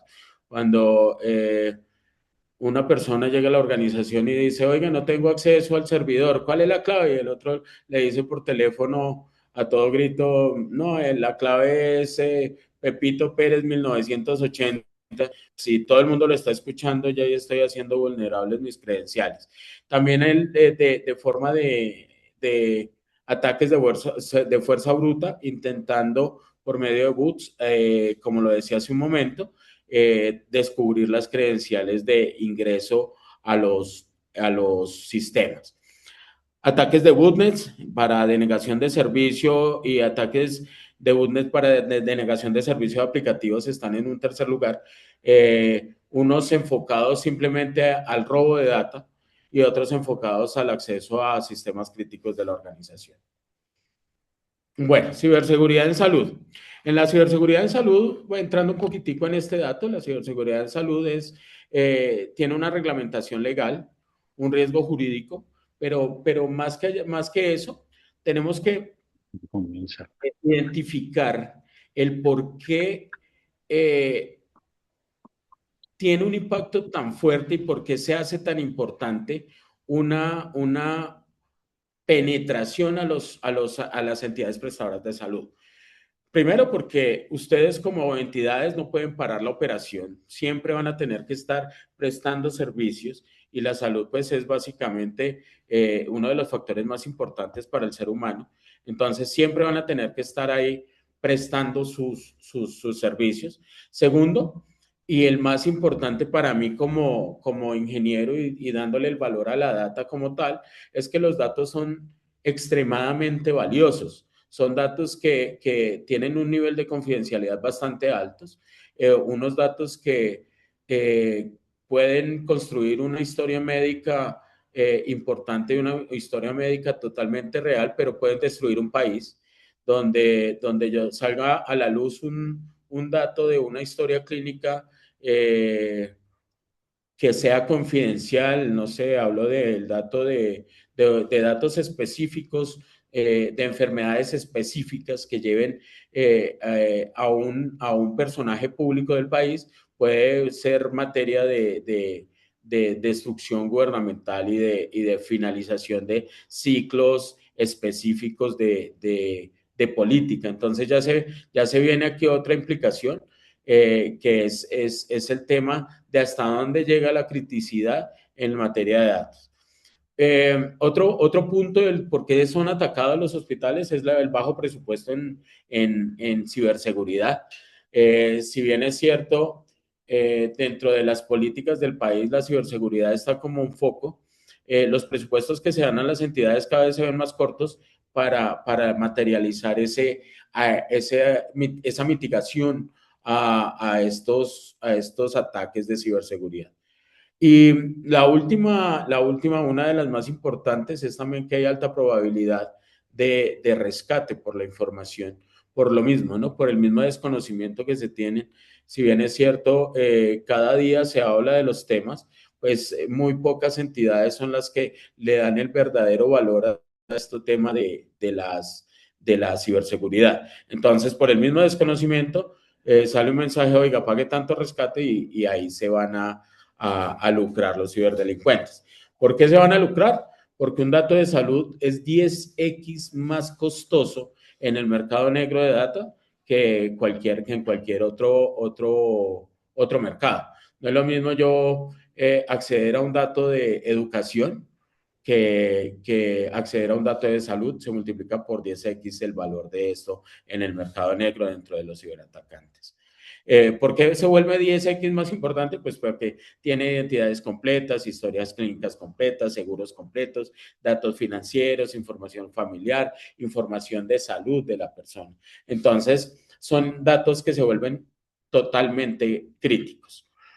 ¿Hacia dónde? Bueno, vienen ahí sanciones económicas, que ya hablamos un poquito de las 2.000 salarios mínimos legales vigentes, incluso el cierre de las entidades, investigaciones regulatorias, que era lo que hablaba de la búsqueda de responsables, riesgos penales por temas de implicaciones jurídicas que lleguen a tener por demandas o por cualquier otro tipo de temas, y impactos operativos críticos que pueden estar en suspensión de cirugía, suspensión de servicio médico domiciliario en este caso, el no poder reportar en tiempo real las atenciones domiciliarias, suspensión del servicio de ambulancias desviadas. Yo podría desde un ataque de botnet desviar la atención de las ambulancias y volver loco el sistema de prestación de servicios de ambulancias de cualquier ciudad. Incluso se puede llegar incluso a mandar todas las ambulancias a un mismo punto para hacer un cierre de vías por medio de un ataque crítico. Y pues la más importante en este punto, que es para lo que ustedes como médicos están y prestan sus servicios, es el riesgo de vida del paciente. Hablemos un poquitico de datos de Colombia. En Colombia se encuentra que en el 2024 hubo más de 28.000 millones de ciberataques, que no todos son materializados. En 2025 ustedes van a ver el crecimiento potencial, 36.000 millones. Quiere decir que cada 8 minutos se presenta bueno, de esos 36.000 millones de ataques, no todos son reportados a los CECIR, a los centros especializados de seguridad informática de cada una de las dependencias. En salud hay un CECIR Salud, en educación hay un CECIR Educación, en gobierno hay un CECIR Gobierno. Solamente cada 8 minutos se presenta una denuncia por delitos informáticos. Ustedes dirán, no, pero si hago uno cada 8 minutos no me da los 36.000 millones de ataques que habla este señor en 2025. ¿Por qué? Porque muchos son resueltos, muchos son afrontados de manera directa sin exponerse a los medios. ¿Por qué? Por temas de reputación legal, por temas legales, por temas de miedo a sanciones. Cada uno ataca sus vulnerabilidades como lo vean. Y en materia de plata, pues nos vamos a 10.5 billones de pesos anuales, que son costos relacionados con reponerme yo de un incidente crítico de ciberdelincuencia. Ni siquiera está aquí el tema de cuánto estoy invirtiendo para evitar estos ataques, sino están mucho más enfocados a reponerme de ese incidente crítico. Sigamos con algo de números, 2 intentos de ataques por minuto de ransomware, donde se bloquean los sistemas y se piden rescates, como lo hablaba hace un rato. 60% de los accidentes reportados por phishing, 60% de los ataques reportados, perdón, son enfocados hacia phishing, lo que hablábamos hace un rato de ingeniería social, de aprender de cómo se comportan los médicos, los doctores, los enfermeros, qué estoy utilizando de mis herramientas críticas para uso personal, y por ahí se nos van los ataques. Entonces, el 60% de los incidentes reportados van enfocados hacia phishing. Para que le den un poquitico de importancia al trabajo que nosotros hacemos desde un SOC, Centro de Operaciones de Ciberseguridad, hablamos de que hay 450,000 variables detectadas a diario de malware, a diario solamente. Esos son ataques llamados día cero, que son mucho más complicados de detectar porque no están en la base de datos críticas de los antivirus, de los EDRs, de los sistemas contra amenazas informáticas. Si vamos a datos reales, nosotros en ACE Ingenieros tenemos el SOC, el Centro de Operaciones de Ciberseguridad de algunos ministerios, y un ministerio aproximadamente una data está atacada, más o menos unos 50,000 incidentes, posibles incidentes de ciberseguridad a diario, 50,000 incidentes diarios, y una entidad media, tengo datos, tengo autorización porque nosotros somos el SOC de la Contraloría de Bogotá, aproximadamente unos 5,000 incidentes diarios que se detectan. De esos 5,000 se atacan aproximadamente unos 250 incidentes que terminan siendo en su mayoría falsos positivos, pero algunas veces se bloquean por ser un riesgo real para la entidad. Y el 75% de las brechas incluyen credenciales comprometidas, como lo decíamos hace un rato. Hablando de brechas de seguridad, pues el tema del 75% de huecos de seguridad, de vulnerabilidades de los sistemas, están enfocadas a temas que incluyen las credenciales comprometidas. Acá tenemos detectados los actores involucrados con nombre propio, pues digamos que en algunos casos, donde los que están ya reportados, donde en la gráfica vemos unos no atribuidos, otros atribuidos ya a ciertos actores que están implicados en los riesgos cibernéticos y en los piratas informáticos, ya están utilizando como herramienta principal la inteligencia artificial para hacernos más vulnerables. Entonces, como ustedes lo pueden ver, un 15% es atribuido a Anonymous, es uno de pronto de los más conocidos. Logbit tiene atribución del 13% de los ataques cibernéticos, el 12% Guacamaya, y bueno, así Colombian Hackers, que tenemos aquí un grupo de chicos muy pilosos prestándose para la ciberdelincuencia, se está atribuyendo un 10% en este plan. ¿Qué quiere decir cuando hablo de los chicos pilosos de Colombia? Pues el 10% lo atribuye, porque el resto son multinacionales enfocadas a la ciberdelincuencia. Y hay 38% de ataques no atribuidos aún, no están todavía muy concentrados hacia alguna organización, y por eso es que no se pueden identificar aquí. Bueno, en métricas de ataque, básicamente rápidamente vamos, intentos de ataque en 2025, como le decíamos, 36,000 millones de ataques, que me dicen que son riesgos que se reportan al SOC y que necesitan algún tipo de automatización en las entidades, simplemente herramientas que necesitamos para tener atención de incidencia y de respuesta. Tasas de ataque semanal subió de un año a otro el 40% sobre el promedio global en Latinoamérica. Amenazas principales en la TAM son el ransomware, aproximadamente 2 incidentes reportados a la semana. Cabe anotar que los ransomware es un tipo de amenaza que es mucho más compleja de atacar y mucho más compleja de reponerse. ¿Cuántos en Latinoamérica? En ransomware aproximadamente unas 350 a 400 incidentes reportados reales ya materializados de ransomware en Latinoamérica. ¿Cuánto me cuesta? Bueno, ya hablaremos de cuánto me cuesta. Riesgo legal y sanciones, ya lo hablamos. Gobernanza nacional, donde básicamente la estrategia nacional para 2025 está en la mayor fiscalización y presión para la ciberresiliencia, y la creación de una instancia especializada está como primordial en la agenda nacional. ¿Cuánto estamos invirtiendo nosotros como Colombia? Aquí hay que anotar un dato importante, y es que nosotros dentro de Latinoamérica estamos en el tercer lugar de países más atacados.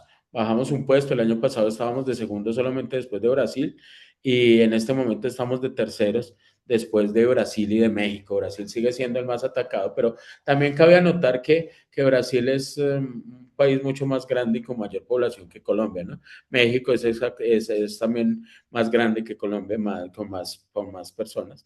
Y a partir de ahí, pues el tema es que aquí empezamos a mirar cuánta inversión y cuánta preparación cibernética hay en América Latina, y nos vemos con preocupación que apenas 63 logros de 175 logros a partir de las métricas enfocadas a cuánta preparación tengo, solamente cumplo con un 63 de esas 175. 0.11 del PIB digital de Colombia son enfocados a ciberseguridad. Estamos muy biches en este tema, y aparte de esto que no le estamos viendo la importancia y no tenemos esa concientización a partir de los niveles jerárquicos altos de cada una de las organizaciones, sea pública o sea privada, y lo vemos como un gasto en lugar de ver una inversión. Cuando yo hablo, aquí hay una frase muy interesante, y es que según el Banco Interamericano de Desarrollo, cada dólar invertido en ciberseguridad empresarial me ahorra hasta $3 operativos gracias a la reducción de interrupciones y fraudes cibernéticos. Quiere decir que yo no lo tengo que ver como un gasto, sino como una inversión, ya que ninguno sabe en qué punto se va a convertir en una amenaza real y me van a llegar a atacar. Es algo muy importante también saber que hay 2 tipos de compañías, hay 2 tipos de instituciones y hay 2 tipos de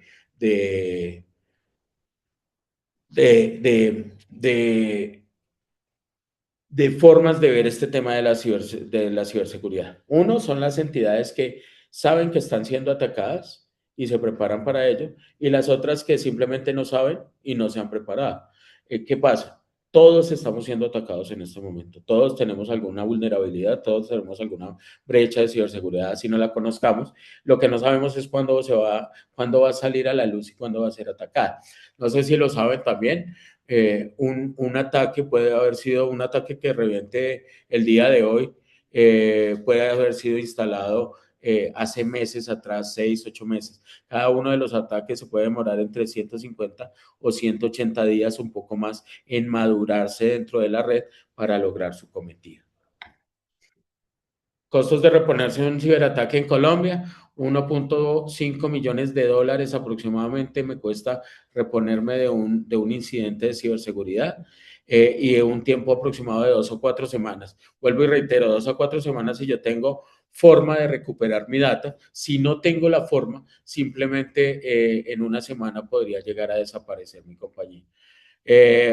¿Y cuáles son hacia dónde están enfocados los principales costos? Pues primero, pérdidas económicas, tiempo de inactividad, y lo más importante en este punto es el tema reputacional dentro de la entidad, perdón. Bueno, conclusiones y recomendaciones: implementar soluciones de ciberseguridad robustas, enfocarnos en unos ecosistemas de ciberseguridad que no vayan en lo básico. Muchas veces, por mucho tiempo, se entendió que la ciberseguridad era tener el mejor antivirus, y ahorita el antivirus termina siendo el actor, mmm, si bien es importante, es el menos relevante para este tema, porque hay ecosistemas que me protegen desde el perímetro hasta toda la operación que yo hago, bien sea en nube, bien sea en premisa o en sitio como tal, que me lleva a protegerme totalmente. Fortalecer la conciencia y la capacitación. Muchas veces nos enfocamos en medir los riesgos cibernéticos, nos enfocamos en medir los riesgos a nivel de aplicativos, nos enfocamos a medir los riesgos a nivel de instalaciones físicas, pero nunca medimos el riesgo que me da el recurso humano como tal. La falta de capacitación y la falta de concientización terminan siendo el vector más importante para poder reponerme de esos ciberataques, para poder entender que un ataque cibernético solamente pasa sí o sí si algún actor del ecosistema, algún recurso humano que no esté capacitado y no esté concientizado, da un clic mal hecho. Y eso puede acabar con nuestra organización. Planificar y practicar la respuesta a incidentes, la sala de crisis, las mesas de trabajo compartidas con todos los involucrados, donde el departamento de tecnología o los asesores de tecnología terminan siendo un papel muy importante, pero no el más importante. ¿Por qué? Porque el más importante viene desde las directivas. Las directivas deben entender que es una sala de crisis a nivel de un ataque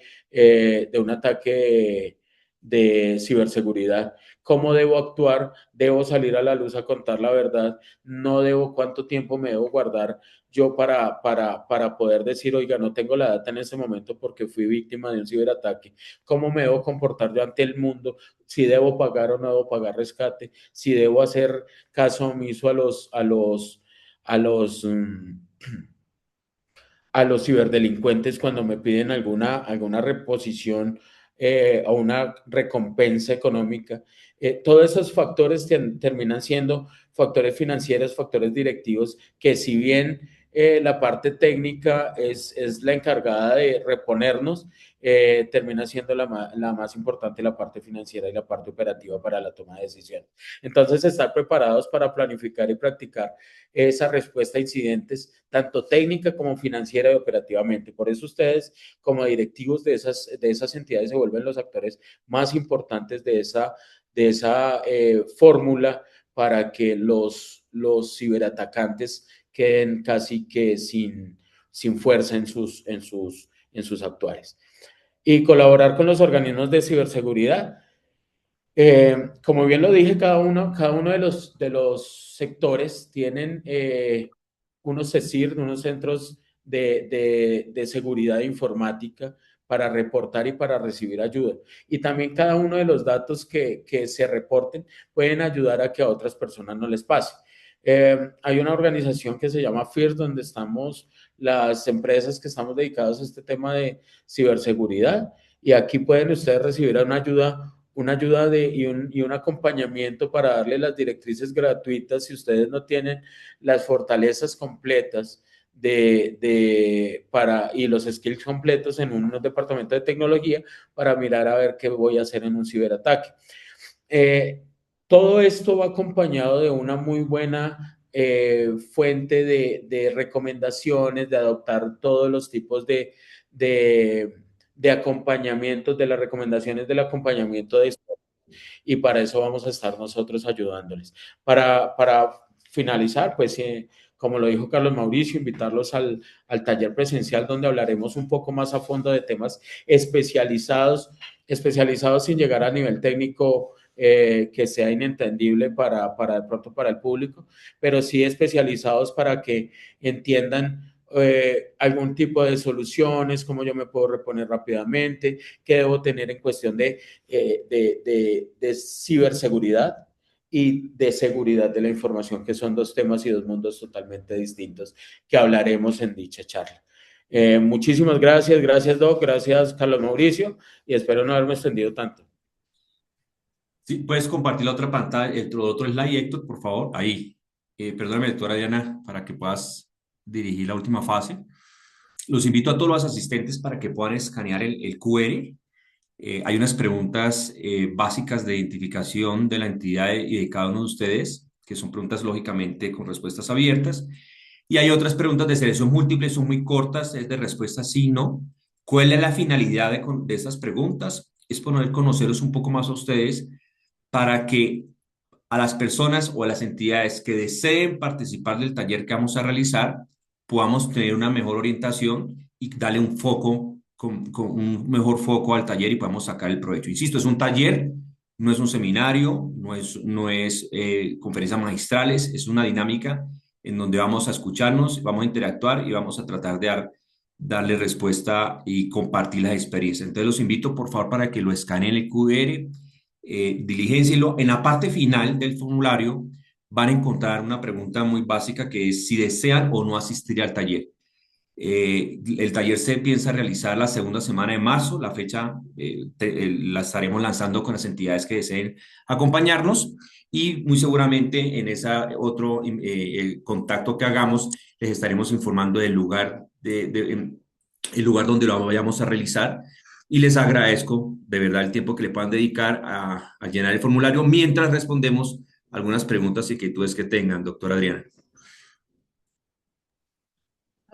Mauricio, Héctor, Carlos, muchísimas gracias. Yo quería hacer un comentario frente a la presentación que nos hace Héctor, porque en la empresa donde trabajé varios años tuvimos un ciberataque. Uno cree que eso solo sucede en las grandes entidades y no fue así. Y perdimos, nos encriptaron toda la información y no podíamos acceder a ella. La Lo secuestran.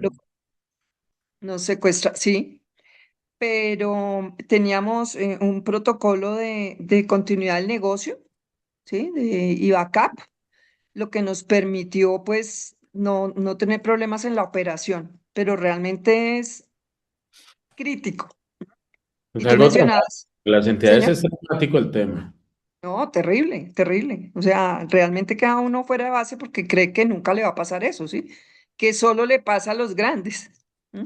Y precisamente, Mauricio, en HIMSS, cuando compartí con el capitán Alejandro de Félix. Interpol, que nos habló de ciberseguridad, él decía que no sabemos lo expuestos que estamos a los ciberataques. Y además entran por donde uno menos lo espere, de la forma menos prevista, y lo han hecho. Me decía, es que usted no se imagina, hay gente, ahí como los policías utilizan delincuentes, bueno, no recuerdo muy bien la expresión de ellos, que están todos los días, en todo momento, desarrollando, concentrados en saber cómo inventan una nueva modalidad para hacer ciberataques.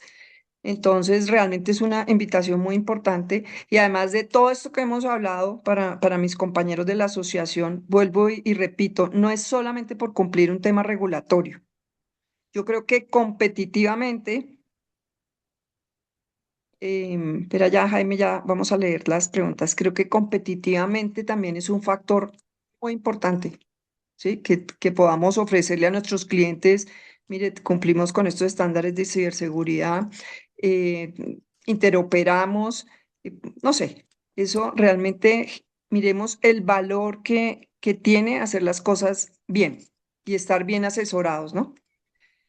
Bueno, entonces, Mauricio, hay unas preguntas, estaba diligenciando el formulario, pero hay unas preguntas que me quedé como frenada, pero invito a todos para que sigan llenando el formulario porque es muy importante esta invitación que nos hacen. Realmente agradecemos ese taller presencial porque son muchos temas y creo que le podemos sacar eh, hay mucho valor a ese taller presencial. Entonces, el doctor Jaime, desde su perspectiva, ¿cómo puede Asís liderar el acompañamiento a sus afiliados en el cumplimiento de las normas recientes como la resolución 2275 y la resolución 1888?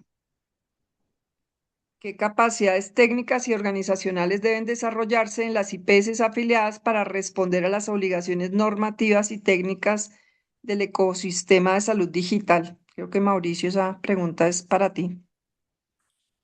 Pues no solamente para nosotros, creo que la pregunta también son para los asociados, ¿no? Es un poco también para sus asociados. Con respecto a la primera del acompañamiento, creo, doctor Jaime, que ya iniciamos el solo hecho que estemos hoy aquí haciendo una transferencia de conocimiento en estas tres principales normas, y reitero, no significa que no se vayan a abordar los demás, es un primer gran inicio acompañado del taller. En cuanto a las capacidades técnicas organizacionales, es lo que, y bueno, muy puntualmente, cité en el módulo de la 1868, que es muy similar también para el tema de facturación electrónica, qué es lo que hemos visto, qué es lo que hemos visto para el apoyo de las instituciones. Uno, como les digo, inicialmente e indiscutiblemente está el apoyo nativo por parte del proveedor. Otro son las otras herramientas que ofrecen el mercado y que también podemos apoyarlos para la generación y cumplimiento de estas normas, o efectivamente hacer un acompañamiento, asesoría a ese proveedor y a ese GIS.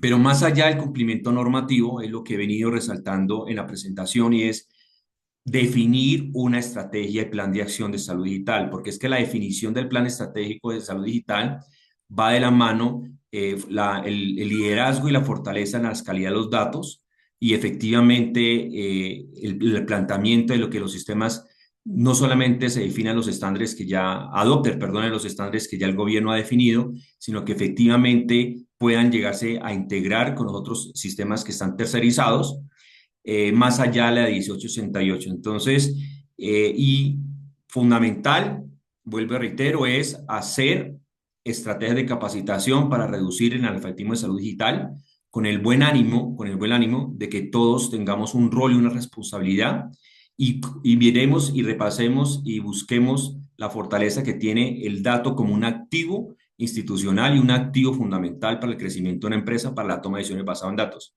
Entonces, alrededor de esto nosotros queremos ser partner, construir, estar al lado de ustedes. Sabemos que hay otras necesidades. Esto es un primer ejercicio, por eso lo importante es conocerlo. Sabemos que hay otras necesidades fundamentales que no solamente son normativos, sino de crecimiento institucional, que muy seguramente también podríamos estar apoyándolos, no solamente en la concepción, no solamente en la concepción, sino que efectivamente se dé al lugar y se llegue a buen término el despliegue de todas estas tecnologías.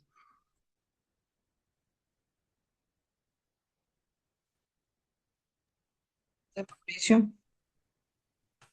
no veo más preguntas, no veo manos levantadas, o todo fue muy claro. Doc, yo me puedo atrever a algo. Claro, Famicare Clinical fue la primera clínica en llenar el formulario. A ella le vamos a dar un análisis de Súper. vulnerabilidades desde nuestra Ah, los perspectiva. regalos. Héctor ya empezó con los regalos. Sí, sí, sí, voy a irme con regalo de una vez. Ok, Un análisis de vulnerabilidades por parte de nuestro equipo especializado para Famicare, que fueron los primeros en diligenciar el formulario. súper. Eh, Igual a los más participativos, Héctor, perdón que te interrumpa, las personas que asistan al taller y que participen, vamos a dar un taller en su institución en Bogotá. En su institución vamos a dar un taller de inmersión a todo el talento humano de la IPS. Vamos a dar también un taller de inmersión en salud digital, obviamente abordando las temáticas que desarrollemos e identifiquemos en una encuesta que le vamos a hacer a esa IPS, Héctor. Igual, Carlos, también tenemos un assessment también para facturación electrónica, ¿no? Sí, Carlos Mauricio, nosotros tenemos preparado unos, digamos que unas guías para detectar esquemas y procesos de mejora, poderlos ayudar incluso para ver en dónde encuentran mayores retos y como nos dice la doctora Adriana, preocuparnos o ayudarlos a ese cumplimiento y hacer las cosas bien, que ser ejemplo a nivel del sector de cumplimiento y de liderazgo. En eso claramente tienen el apoyo de nosotros. Gracias, Mauricio. Mucho gusto.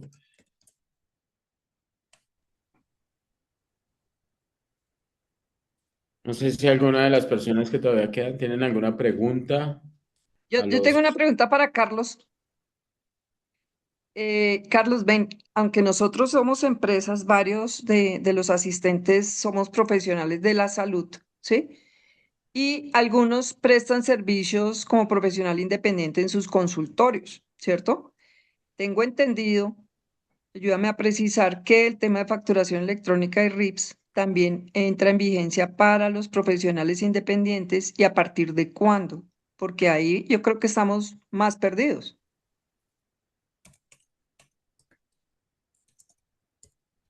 Está cerrado el micrófono, tiene cerrado el micrófono. Gracias, perfecto, doctora Adriana. Procedo con la respuesta. A ver, a nivel de cuentas médicas, la obligatoriedad de RIPS, sobre todo para IPS o incluso profesionales del sector de la salud, profesionales independientes que interactúan con entidades responsables de pago, ya la obligatoriedad está. Pero cuando no hay esas cuentas o esa auditoría de cuentas, es decir, una entidad responsable de pago, si no simplemente llega un usuario y tengo que pagar directamente en mi bolsillo, entonces ahí no hay auditoría, simplemente es cumplir con la factura electrónica. Esa obligatoriedad comienza a partir también de abril del 2026. Y a nivel de profesionales independientes, los lineamientos RIPS, que hace parte de la regulación por ley 1966, indica que es posible que un profesional independiente del sector salud no esté obligado a facturar, como lo puede estar cualquier profesional independiente que cumpla con los requisitos para no serlo, como lo estipula la DIAN, ingresos de menos de 3.500 VTs, es decir, algo así como 17 millones de pesos al mes en ingresos. Si tiene menos de esos ingresos, pues no está obligado a facturar, pero como lo explicamos en la regulación, en la presentación, sí está obligado a reportar RIPS. Herramientas hay muchas. Si tienen una historia clínica, manejan historia clínica, registros asistenciales, etcétera, para hacerlo y les funciona correctamente, pues lo pueden hacer a través de esa solución para el cumplimiento y mantener su código REPS. Si no, como proveedor de soluciones de control fiscal y facturación electrónica y RIPS, tenemos unos portales web que de manera autónoma pues, les permiten a los profesionales independientes hacer este reporte, incluso a partir de archivos Excel y darle la primera fase, impulsarlos para que vayan evolucionando en el cumplimiento. Entonces, de acuerdo a la pregunta, doctora Adriana, los profesionales independientes sí están obligados, así no estén obligados a facturar electrónicamente por ingresos, por lo menos los RIPS, sí o sí siempre. Y si tienen ingresos menores a 3.500, pues con mayor importancia, con mayor, pues, digamos, énfasis. Ahora bien, un profesional independiente cuando presta servicios a otra IPS, ahí no aplica factura electrónica al sector salud, ahí aplica factura electrónica comercial y por eso es que explicábamos las diferencias entre la factura y con eso a mí me pagan como profesional independiente. Entonces, debe tener ambos esquemas, tiene que tener la posibilidad de hacer notas crédito. Para una IPS aplica también esquemas para bajar impuesto de renta, temas de nómina electrónica, recepción electrónica, ni se diga para IPS y sobre todo para entidades responsables de pago para saber si un CUPS es válido o no. Entonces, todo el ecosistema digamos que aplica mucho para el sector salud. Es posible que inicialmente uno crea que son unos puntos específicos y que ya cumple, pero hay mayores retos, tal cual como usted lo dice, doctora. Y muchas gracias por la pregunta. Gracias, Carlos. No sé si abrumarme más o qué. No, no, Sí, no. no, Lo importante es saber quién nos puede ayudar, ¿no? exacto. ¿Cuáles son los expertos que nos orientan? Listo. Gracias, Mauricio. Entonces, Una continuemos ya para última Ahora, terminar. cosita, sí, una última cosa. Mauricio, equipo, Adriana, yo creo que muy importante esta presentación. La verdad es que muchas claridades de lo que está, el campo que ustedes dominan, pues es requerido por las IPS. Hay unas necesidades con límites de tiempo, pero también unas necesidades que ofrece que ofrece que se requieren en el mercado para ser competitivos. La interoperabilidad, más que un reglamento, es una realidad. El que no interopere, pues no va a encajar en redes integradas, en redes integrales, y eso hay que tenerlo presente. Yo les agradezco mucho, pues quedan muchas cosas. Yo creo que ustedes tienen mucho por ofrecernos. El tema de cómo ajustar todo esto que vimos hoy a las particularidades domiciliarias, de se usan tablets, algunas IPS, hay unas que son pequeñas, unas que son medianas, todas estas particularidades, pues que yo creo que se requiere un buen diagnóstico para ajustar todo esto que ustedes ya dominan y conocen, para que encaje pues en un buen trabajo. Ojalá tengamos la posibilidad de contar con ustedes en todos estos desafíos que tienen y a través de Asís poderle ofrecer soluciones a las IPS afiliadas y en general al sector. Muchas gracias, Muchas, Mauricio, Carlos, Héctor y Adriana. Muchas gracias por este espacio tan importante. muchas gracias, doctor Jaime. Una última, para las personas que de pronto no se les facilite leer el QR, en el chat aquí de Zoom, nuestra compañera Dayan Rojas colocó el link para que con un solo clic desde su computador o celular puedan ingresar al formulario, diligenciarlo, reiteramos, diligenciarlo. Más allá de que quieran no asistir al taller, es opcional, nos gustaría poder tener un contacto también con ustedes. Les agradezco mucho que este último minutico puedan dedicarlo ya en el formulario, doctora. Esto porque además a través de esa información es que vamos a poder compartirles sobre los talleres y las actividades que ustedes pues eh, lideren, ¿no? Y que Literalmente. les agradezco que nos hayan tenido en cuenta pues para este primer taller gratuito. Va a generar de verdad, va a ser de gran valor para nuestros asociados, Mauricio, Carlos y Héctor. Bueno, y Héctor, gracias por ese detalle que tuviste aquí con Famicare. No, con todo gusto, Doc. Sí, Eh, doctor. igual dentro de el taller presencial van a haber muchas más sorpresas. Se pueden hacer incluso análisis de las IPs expuestas al público, los sitios web, todo análisis de vulnerabilidades, un acompañamiento, un assessment de ciberseguridad también vamos a dar. Es importante y súper clave que se animen a asistir. La invitación es a que escuchen y verifiquen todo lo que tenemos para darles a los asistentes. Van a haber muchas más sorpresas de la parte de nuestro equipo. Estamos muy comprometidos con la causa. Gracias y espero que los talleres que se hagan fuera de Bogotá también nos tengan presentes. Creo que todo el país necesita este acompañamiento.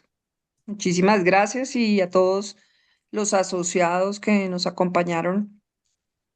Bueno, espero de verdad que sea de gran valor todo lo que hemos revisado el día de hoy. Que Gracias. tengan Feliz noche. una Muchas buena gracias, tarde. feliz noche para todos. Chao. Muchas gracias a todos. Muchas Muchas gracias, feliz gracias. Y tarde. gracias a todos por este espacio Gracias. valioso. Gracias, doctor Jaime. Muchas gracias. Muchas Bueno, gracias. Mauricio, un gusto.